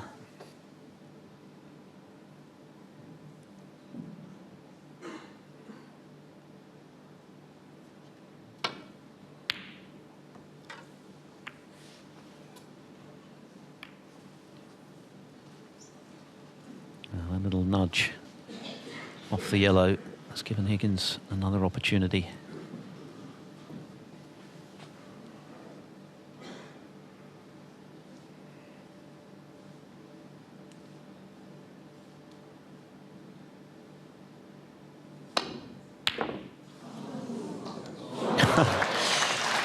One.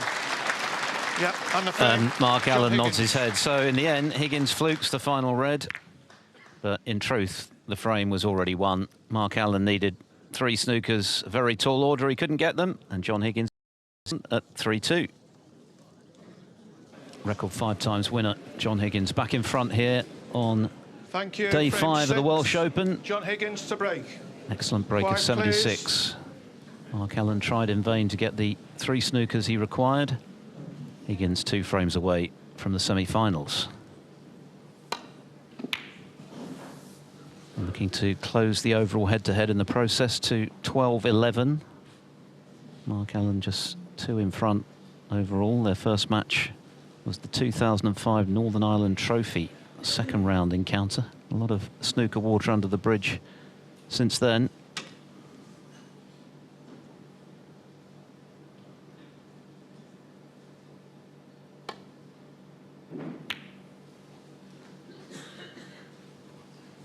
Interesting, he never took on that long half-ball red there, Mark Allen. Understandably, I guess with the red up the table.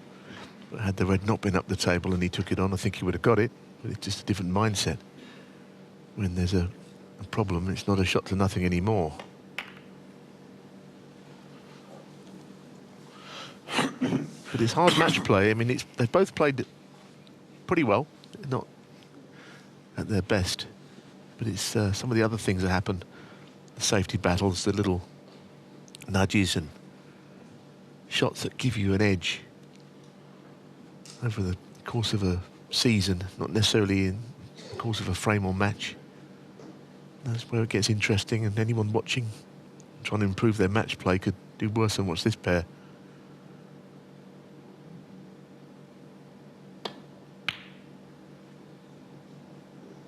It's a beautiful shot, and there's an example of it. Leaving nothing but perhaps the red he was playing, but now it's gone in. One. He's going to have to make something from this chance.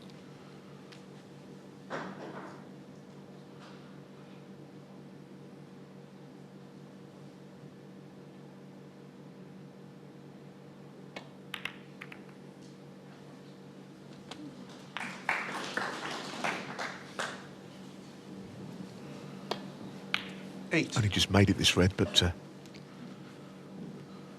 suppose if he had missed it, it might have been close to the pocket, but it would have been unlucky. Problem is now, as you see, to keep the break alive, he's got to play another good shot.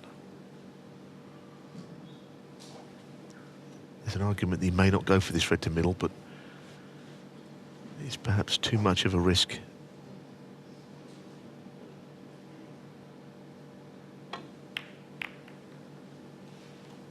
Understand that one, because the cue ball would have probably got embedded in the middle of the bunch had he potted it anyway.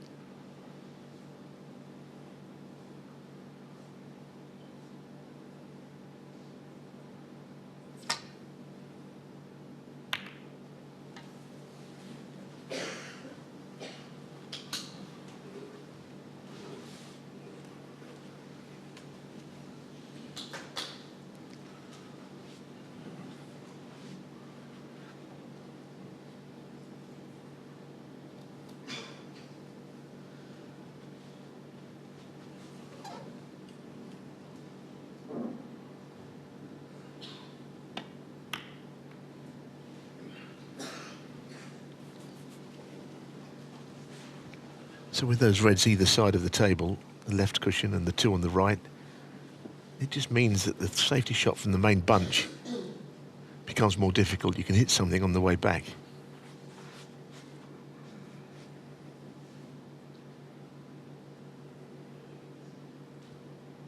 Which means John might have to try something else, including a possible dart at this long pot.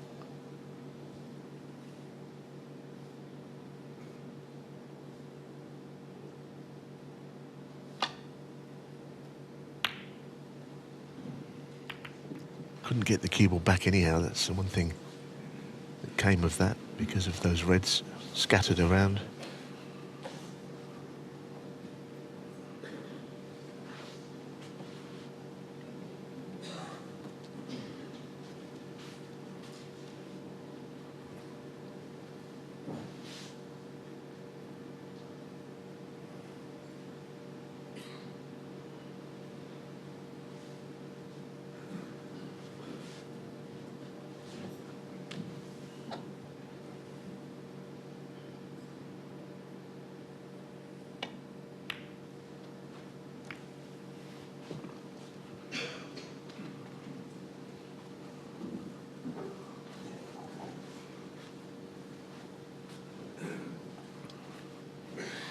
Crowd engrossed in the action in this first quarter-final. Remember, our second features the home favourite, Dominic Dale. What a week the 52-year-old veteran is having, up against Elliot Slesser.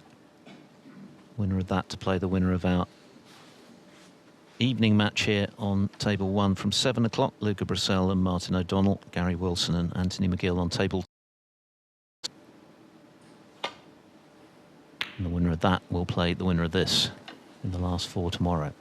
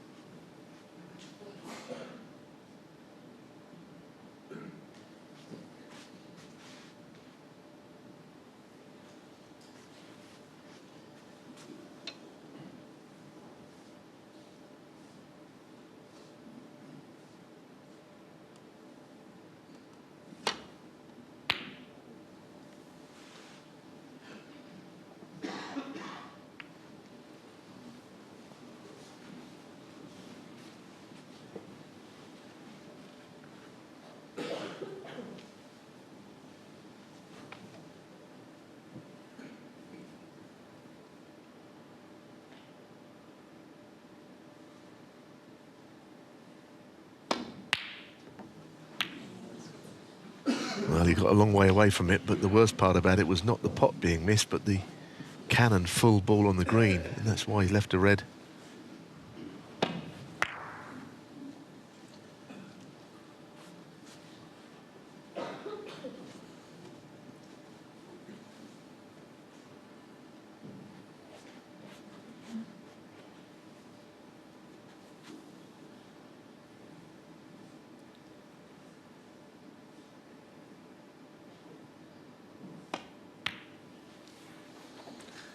One.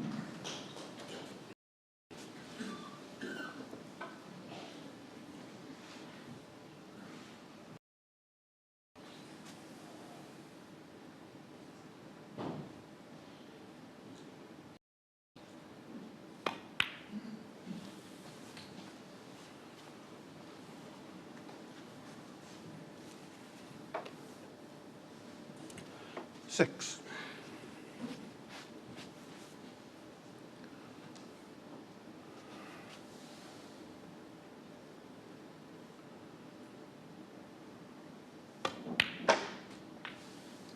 Little trace of left-hand side to get the right side, in his case of being on the blue, It's an early in again, but it's not necessarily a big opportunity yet.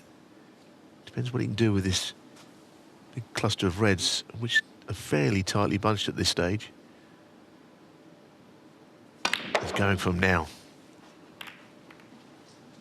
Problem there, and he may still be on one, was he didn't go into the bunch directly. I think he's on the end one though. He just grazed the pink, or else, and it could have took the speed out of things a little bit. But I do believe he's on a red.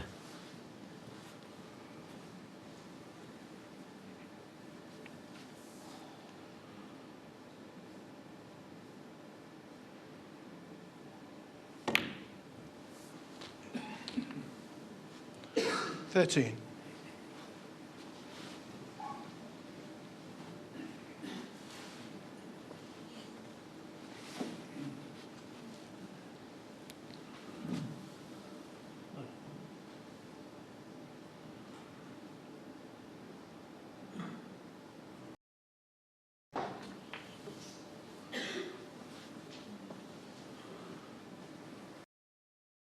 Inch perfect. Again. 18. And now the reds are slightly better because of the earlier split than they were initially. There's still some work to do. Saw a couple of reds to the right corner which may be set up for a possible plant. Those bottom two. 19. I'm not sure if they're dead in line, but they're not. They've got the chance of making them in line because the gap between the two reds is not a small one. This was the split. If he hadn't hit the pink on the way through, I think the reds would have spread even better.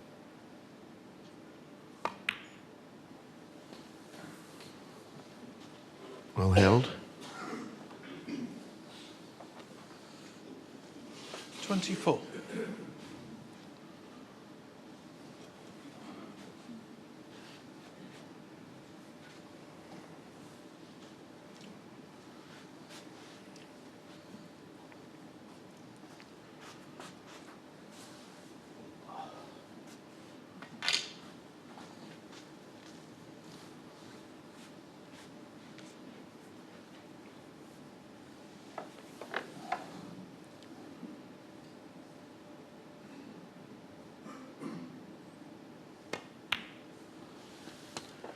$25.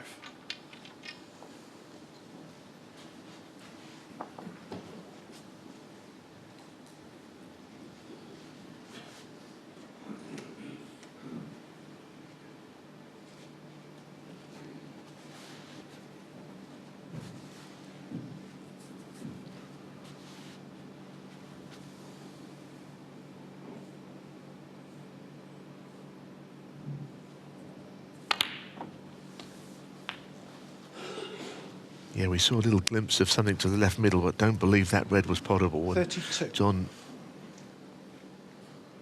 didn't think it was either. I mean, it may just creep in. But it was too close for comfort. John had a different option up his sleeve, because in playing this red, he releases the one below and to the right of it.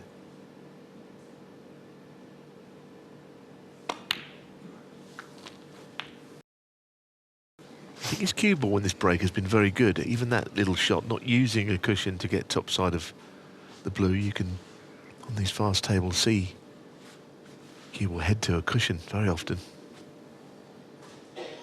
So that was a nice little shot.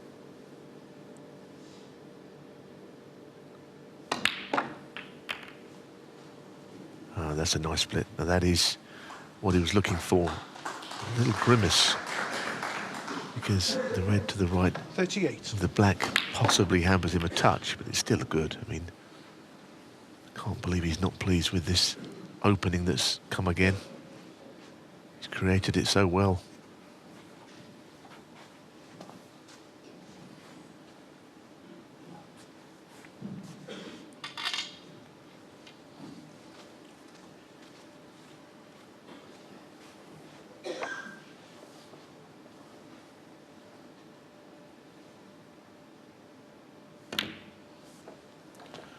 $39.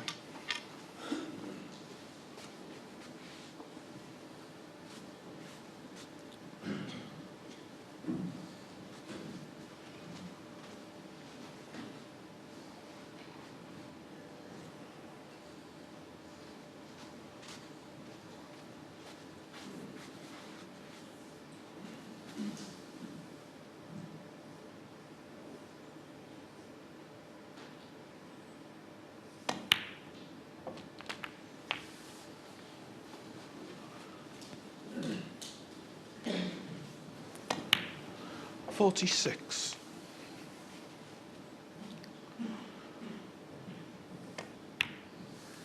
Again, he went into them there, but with a view just to hold the cue ball more than anything, and now he'd be extremely disappointed if it wasn't a frame-winning break at the end of this. There's always something, isn't there? That red by his bridge hand, so he's a bit straighter front arm than he would usually be. But it hasn't affected him. Shades of the start of this match with Higgins on top, making the breaks. He started with 62 54. In the first frame, 131 total clearance in the second, before Allen was able to claw his way back. But Higgins has kicked on again since then. And this time, assuming he does go on to clinch this frame, he'll be within just one of victory. And Allen has got to win the last three. Tall order.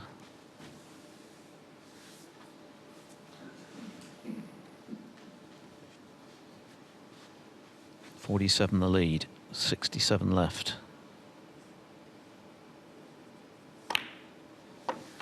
So another red colour, and red to be sure. 62. And Mark Allen will have a lot to do.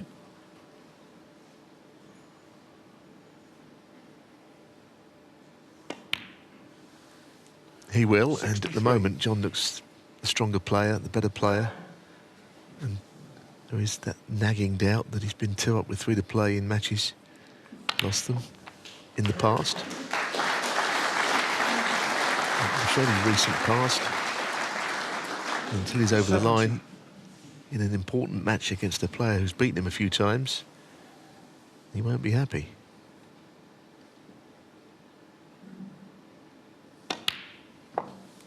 .71. Seems Allen's going to come back to the table this time.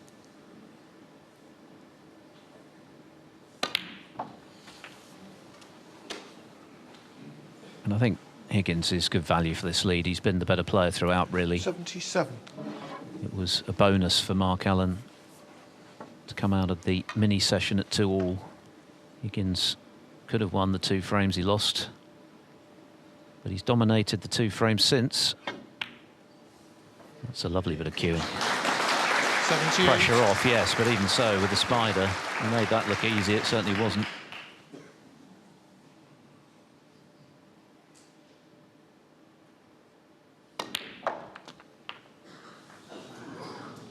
Yeah, it's a pity about that. It's been a nice cannon, been a very neat break. 85.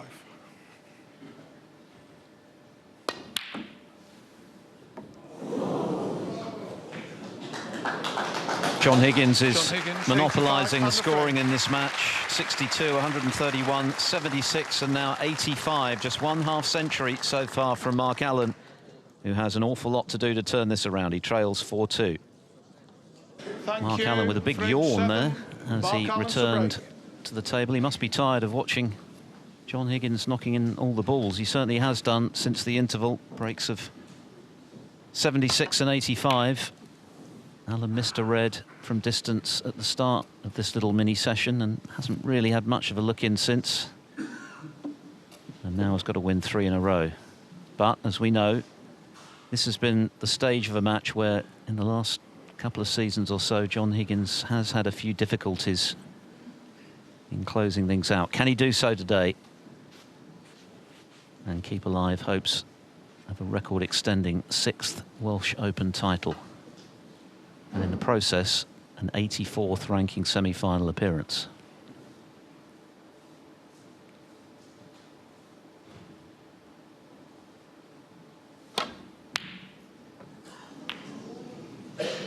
Never easy shots, those. He wasn't that close. The double kiss has worked out a treat, actually. She's quite rare. Normally double kisses are always bad news.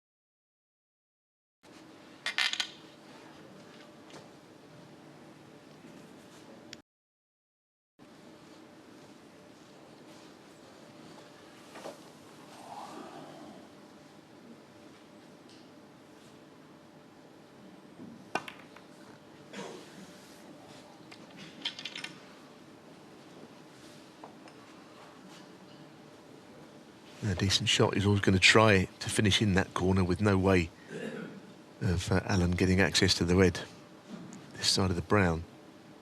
But of course, any safety shots off other balls, playing back to bulk, are a risk, because that red just could be potable for certain places. That's why he's played that shot. He's touching ball, and John might be putting him there again. Don't think it was called as one by Colin Humphries. It's pretty close to all of them to me, but there you are. No touching ball it was.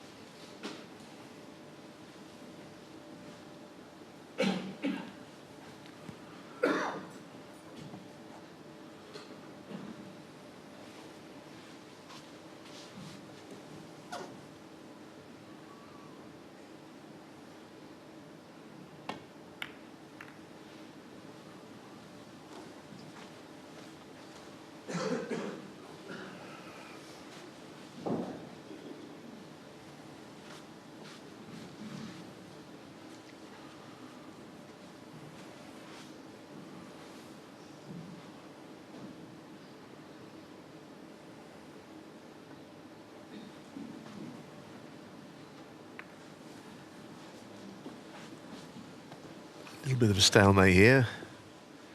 Of course, it's basically to do with that red up the table, and they're going to have a re-rack. Well, they're fair enough, I think, and that was an early shout. These two are good pals. There was no lack of communication there, so a frame that seemed like it was probably not going to go anywhere for a while is scrubbed from all records, basically.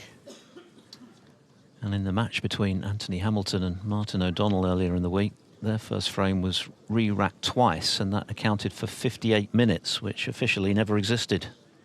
I mean, that's a very unpleasant business, wasn't it? I saw all that, and yeah, it took a long time for anything to happen in that match. And I think, in a way, that makes me think that O'Donnell did well, because he won that match in the end from 2-0 down.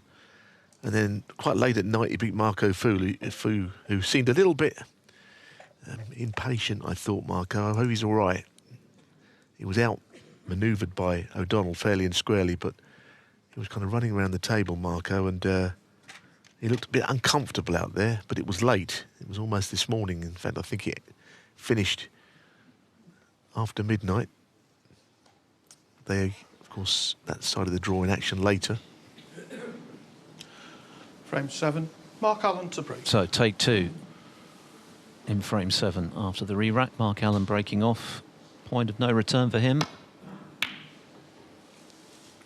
But he'll have memories of overturning this deficit in the Northern Ireland Open final a couple of seasons back. 8-6 down, and came through against John Higgins, who suffered a similar fate in 2 Home Nations finals that season. It happened to him at the English Open against Neil Robertson as well, and then even worse, the Tour Championship, when he was 5 up with 6 to play against Robertson and lost.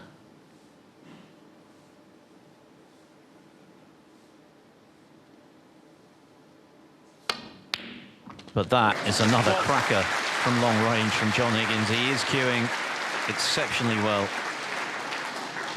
He's putting a lot of short ones and a lot of long ones as well, which is not always a combination that goes hand in hand. You know, he's showing a good touch when he's in amongst them. And there's 2 or 3 of those into that left corner today have been fairly spectacular. 6.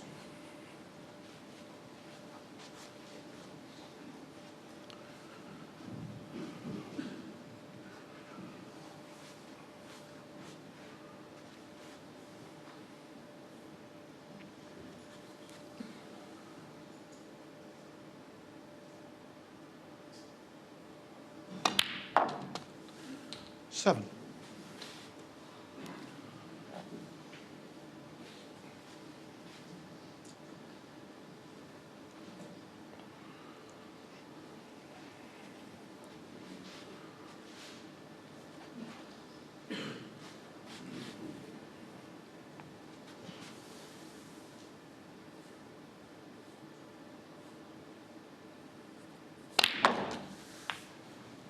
just brushing off that red. But it's not left him the perfect angle on it to get onto his next colour. 14.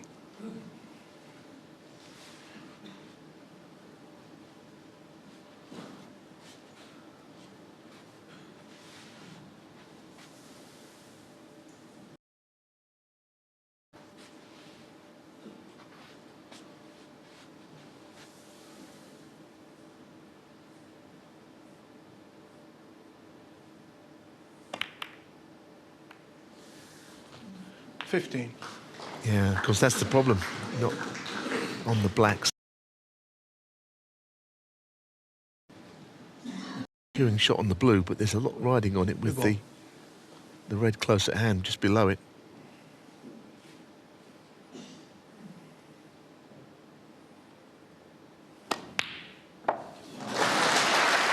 Very good. It was interesting the way he played it, though. Sort of take the cue ball slightly away from the red. Thought he might just go lower on the cue ball and play on a red just down this end a bit more. Instead, he's got a mid-range shot, which, judging by the way he's been putting, should be okay, but they're never easy. Sort of the extension on his cue as well.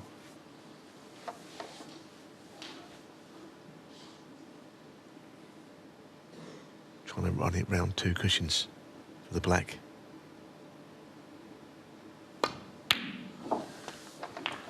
That'll do nicely.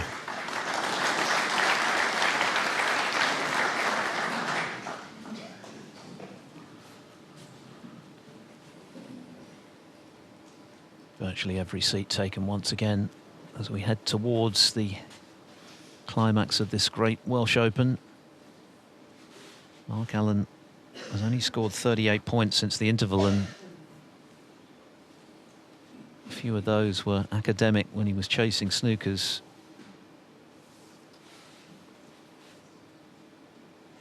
Hasn't been able to get involved since the mid-session break, even though he would undoubtedly have been the happier of the two with the 2-all scoreline, having been 2-0 behind. But in truth, he's been, to this point anyway, clearly outplayed today by Higgins. It's now down to this man to finish the job.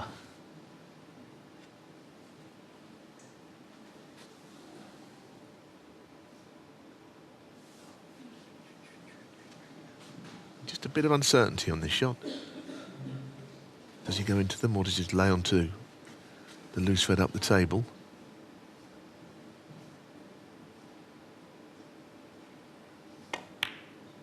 There's your answer. Just at these points, he doesn't want the wheel to all of a sudden fall off, and you know, this is where 28 on. There's been maybe the slight issue. As great a player as he is, on this, but now he's working with someone to stop that negativity sweeping across him. 29. He's still doing pretty well, though, isn't he? I mean, let's be honest, all these years in the top 16, still well and truly in the 16 on the 1 year, hardly doing a lot wrong. And that is a lovely split. He deserves to be on that red, and it's thin, but he is on it. 34. So you feel it's just one positional shot away potentially here from getting this match won. Yeah, he's very close now, isn't he? He's actually provisionally outside of the 16 in terms of the end of season rankings right now, but of course that could change and is likely to change pretty quickly, 35. given the amount of snooker still to come, and of course he's in the Players and very likely the Tour Championship as well, so power to add. But it's indicative of the fact that it has been a bit of a struggle for him in more recent times. Last season in particular, the season after he made all of those finals without success, was pretty barren for Higgins. This season has been very different. He's been very consistent, but he wants more than consistency. He wants the trophy. What's he landed on? Well, it was a big shot, and he He's a bit unlucky only to have this red if that's all he has got. I thought he controlled it really nicely. I don't think he's on the red to the right corner. The problem is the two balls are close here. This has got the possibility of a push shot. Slightly queuing away from it, so maybe that won't happen.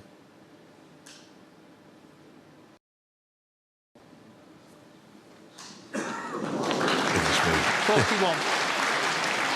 Camera angle so low there, it's hard to be sure about this one. But he played it gently enough for it to drop. I think that's the key.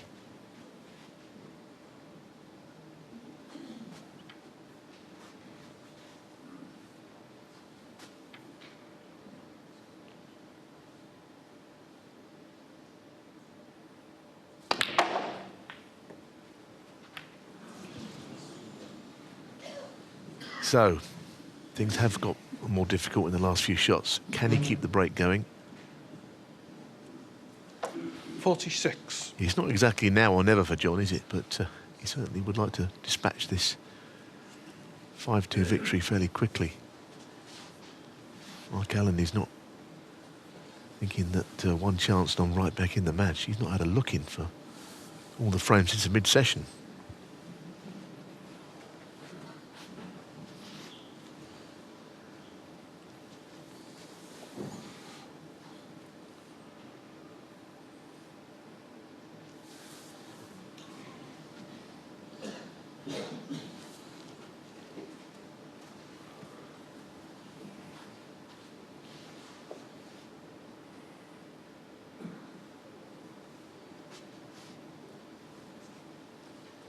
Mark Allen trying to retain his focus in the event that he gets a chance to counter in this must-win frame for him. Higgins equally aware that there's still danger in this frame. So this is a big shot and he doesn't fancy it, does he? He's been down a few times on it and got back up again.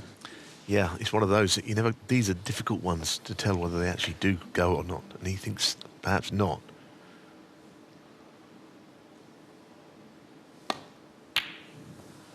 They were the ones I used to find the most difficult to John Higgins, assess, really. 46.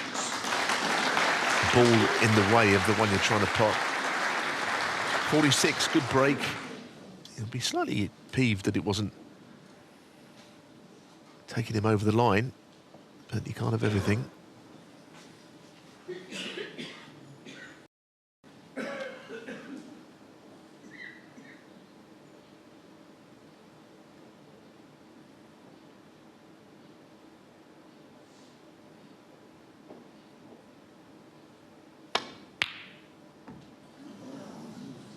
Felt it was a massive shot that he felt obliged, compelled to take on.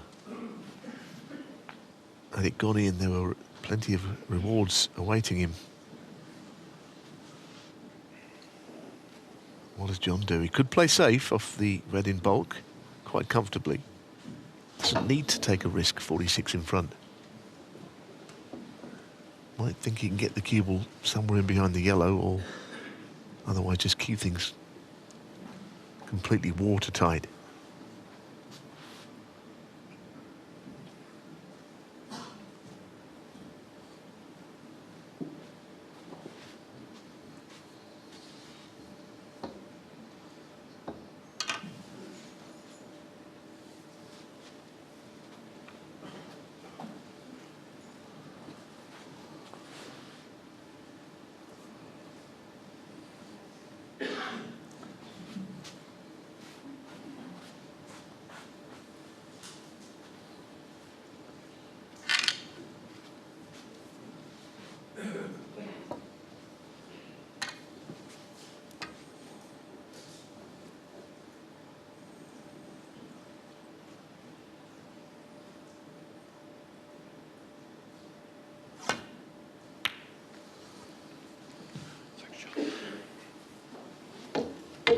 Interesting shot he played there. Didn't try anything flash by any means. Just trying to hold the advantage, I think. Make things awkward for Mark Allen.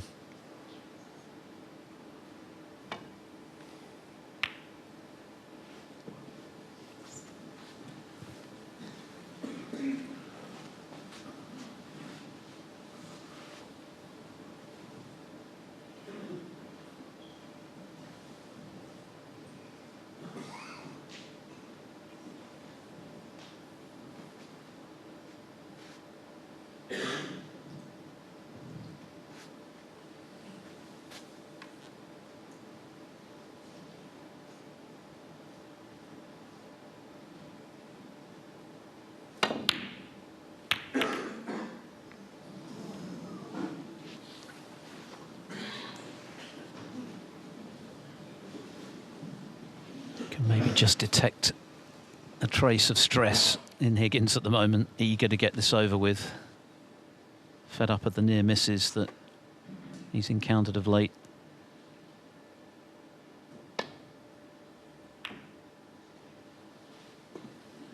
Yes, and he knows that the man he's playing will not be giving up. You know, he's tasted success. He's lifted 2 titles this season. One of them the shootout, of course, the other one the champion of champions. He's more used to winning at this point in his career than John has been.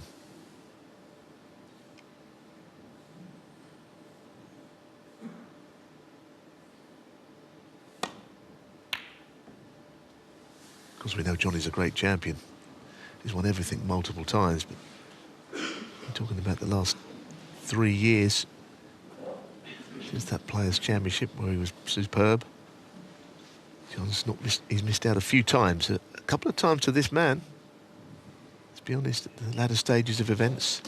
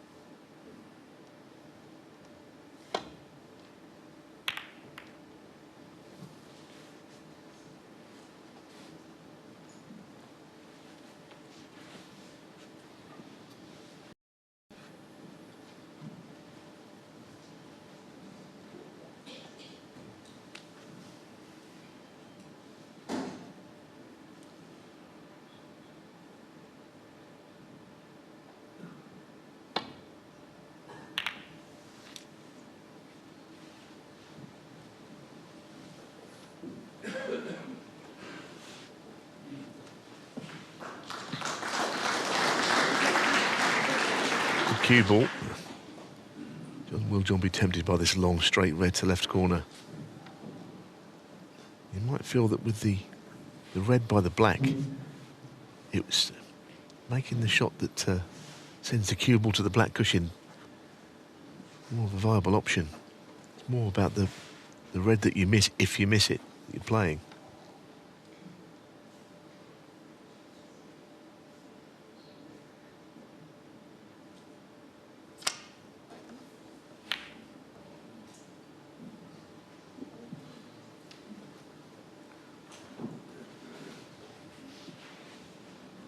Certainly making Mark Allen earn any possible in back into the frame himself, because he's giving him nothing.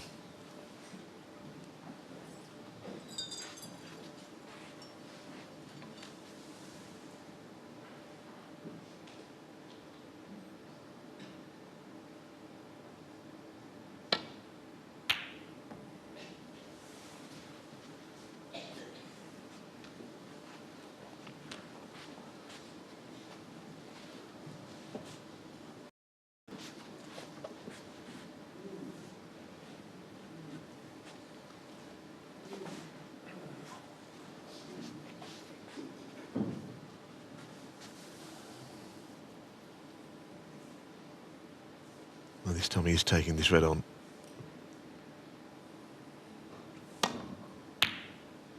Very good. He had the safety net, if you like, of taking the cue ball away. One. Away from all the reds, all the action, if you like. Now can he get to the pink? That's tight, isn't it? Goodness. Don't think he can. Not to pot it. And the right side as we were looking.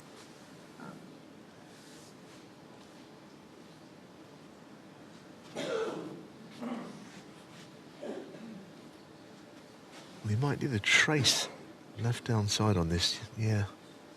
Just to widen the angle.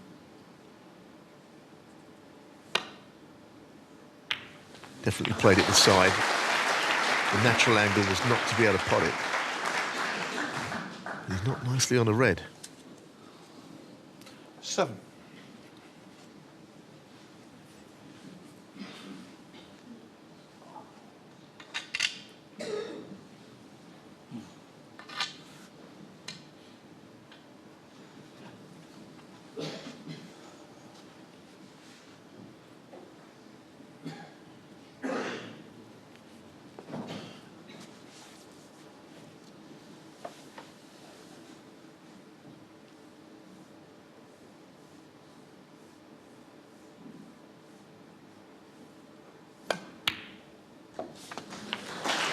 Another red, very similar to that one that he was further away from, of course.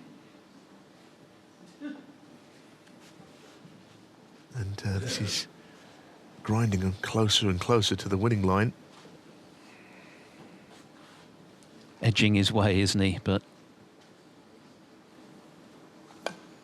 all that matters for Higgins is getting over the line, getting himself into the semi-finals at the expense of a player who has given him headaches in recent times, has beaten him twice this season, including a final frame decider at the Masters.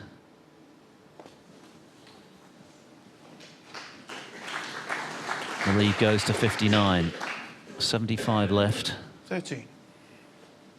So 2 more reds, and Higgins should be home and dry.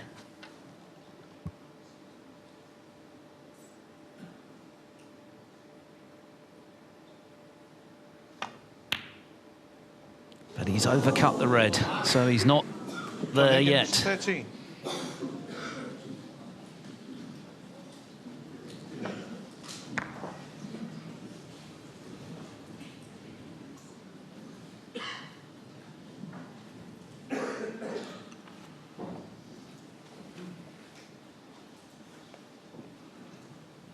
Yes, it was getting more difficult, wasn't it? It felt by the shot, but it's not as difficult as it must feel for Mark Allen right now. A lot of the attention is on John, but he's 4-2 up, 59-0 up, and he's very much in command. It'll take quite an effort for Mark Allen from here. Can't pop one at this visit even, refusing the red down the cushion. But bringing the black into play the next time.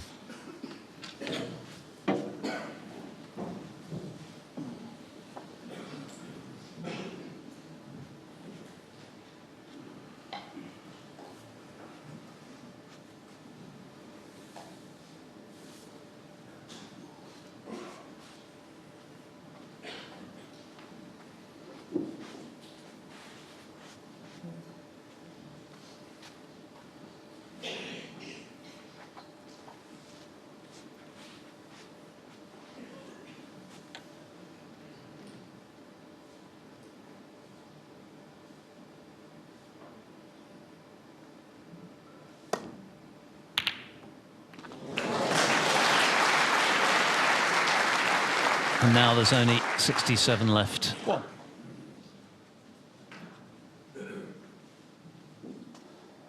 Yeah, so what does he do? Clearly, Mark Allen can win mathematically, although nothing's coming his way. Brown is going to be welded to the side cushion, I think, here.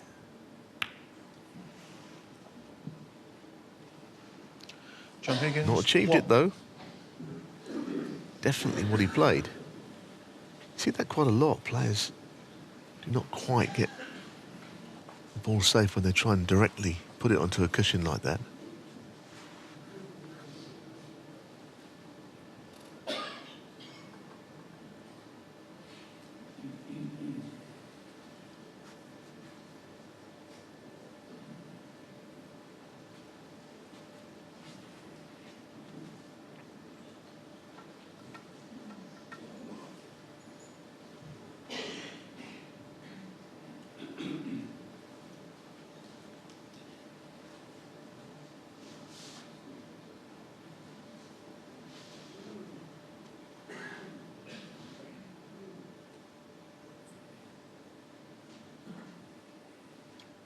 Mark Allen really is teetering on the brink now.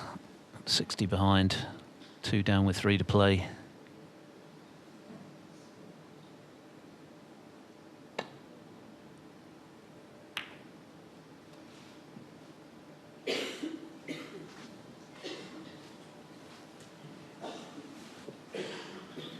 Yeah, even though the brown isn't completely safe, you know, where the yellow, green and brown are, sort of suggests that there's no real chance of a clearance. You'd have to do it in instalments, I think, to get back into this.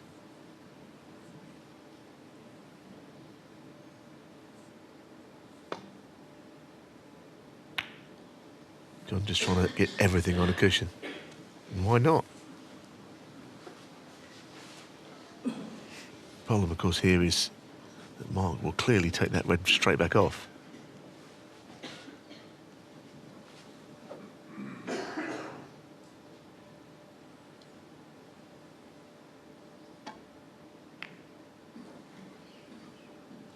He's not done very well, to be honest.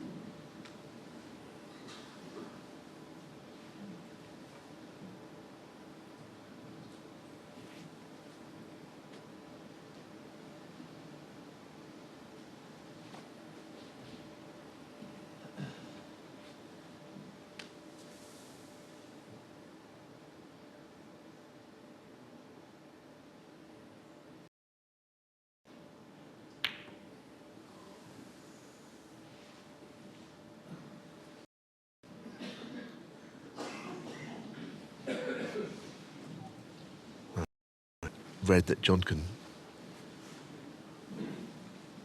take on. Thin to the right corner again, like so many others. This one is more difficult than the other pair that he chipped in earlier in the frame, but ultimately it would mean frame ball, match ball. Well, he had taken a red off the cushion because he overcut it.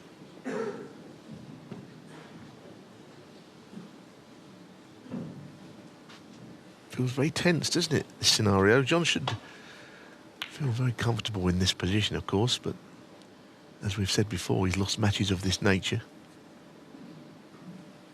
But it feels almost like a decider.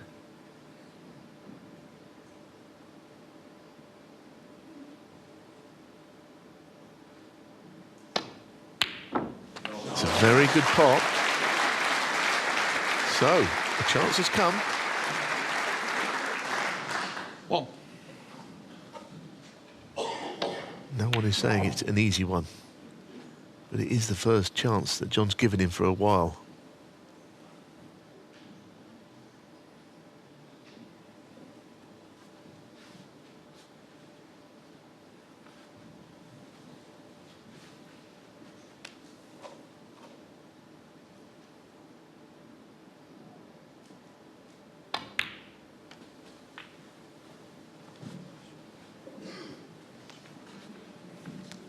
Well, he's very disappointed there. He's finished in the one place where nothing goes. He obviously played on the low red, but quite a long way out, positionally. I mean, I think that will be a massive frustration because his cue ball control is usually immaculate, but he's way out, being on the red he meant to be on.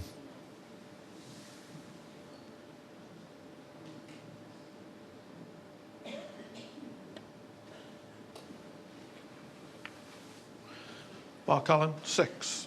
Was a chance to at least apply some pressure to Higgins, but just 6 points, and Higgins is only 1 pot away from victory, barring Snookers. 54 the lead, 59 there, so were Higgins to pot another red, Allen would need 1 4-point snooker to tie.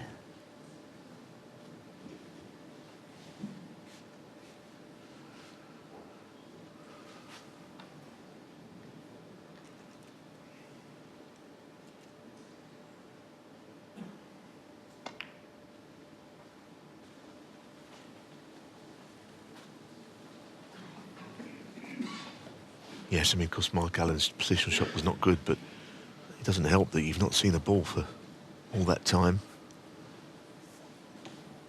Sort of table time and also actual time, just sitting in your chair, John knocking in long balls and then killing off frames quickly.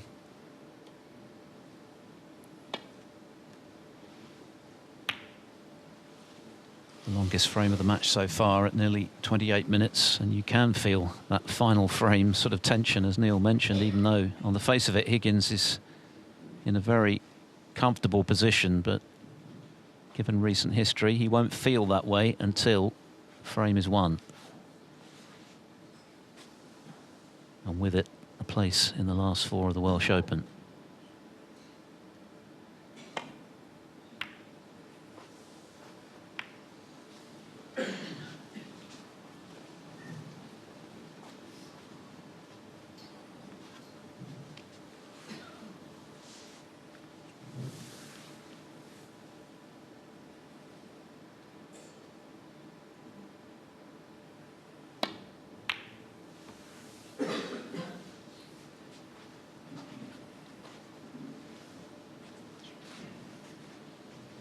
Well, this time, I wonder if John has got the shot at the red. Closest to the right corner. Can he get through to it?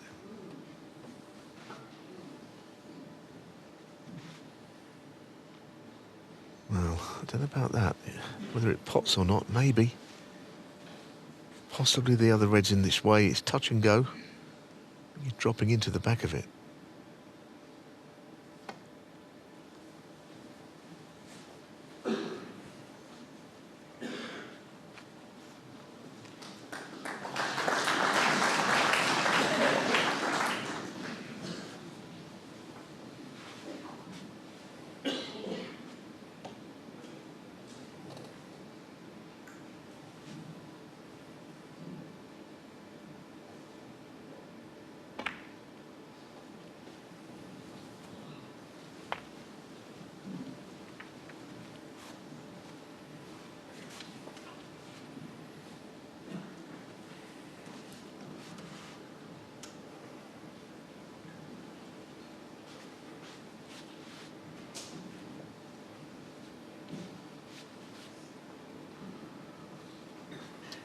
Confirmation, the longest frame so far.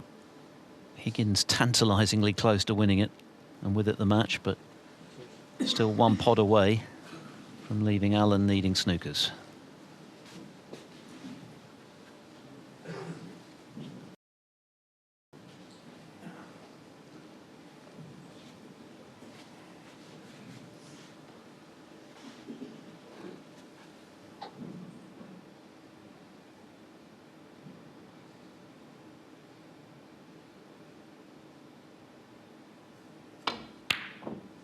Well, he went for it, didn't he? He went for everything there. All or nothing, and I think it's the latter. If the red goes, he's virtually done and dusted here. And John Higgins has been patient. He's waited. I think, in a way, almost Mark Allen's patience ran out there. One frame and a match. That's John it. Higgins. John Higgins keeps alive hopes of a record-extending 6th Welsh Open title. He's outplayed Mark Allen today pretty comprehensively, particularly since the interval. He dominated the last 3 frames, and he's into his 84th ranking semi-final. Is this the week that Higgins breaks his 3-year ranking title drought? He beats Mark Allen by 5 frames to 2. He's into the last 4.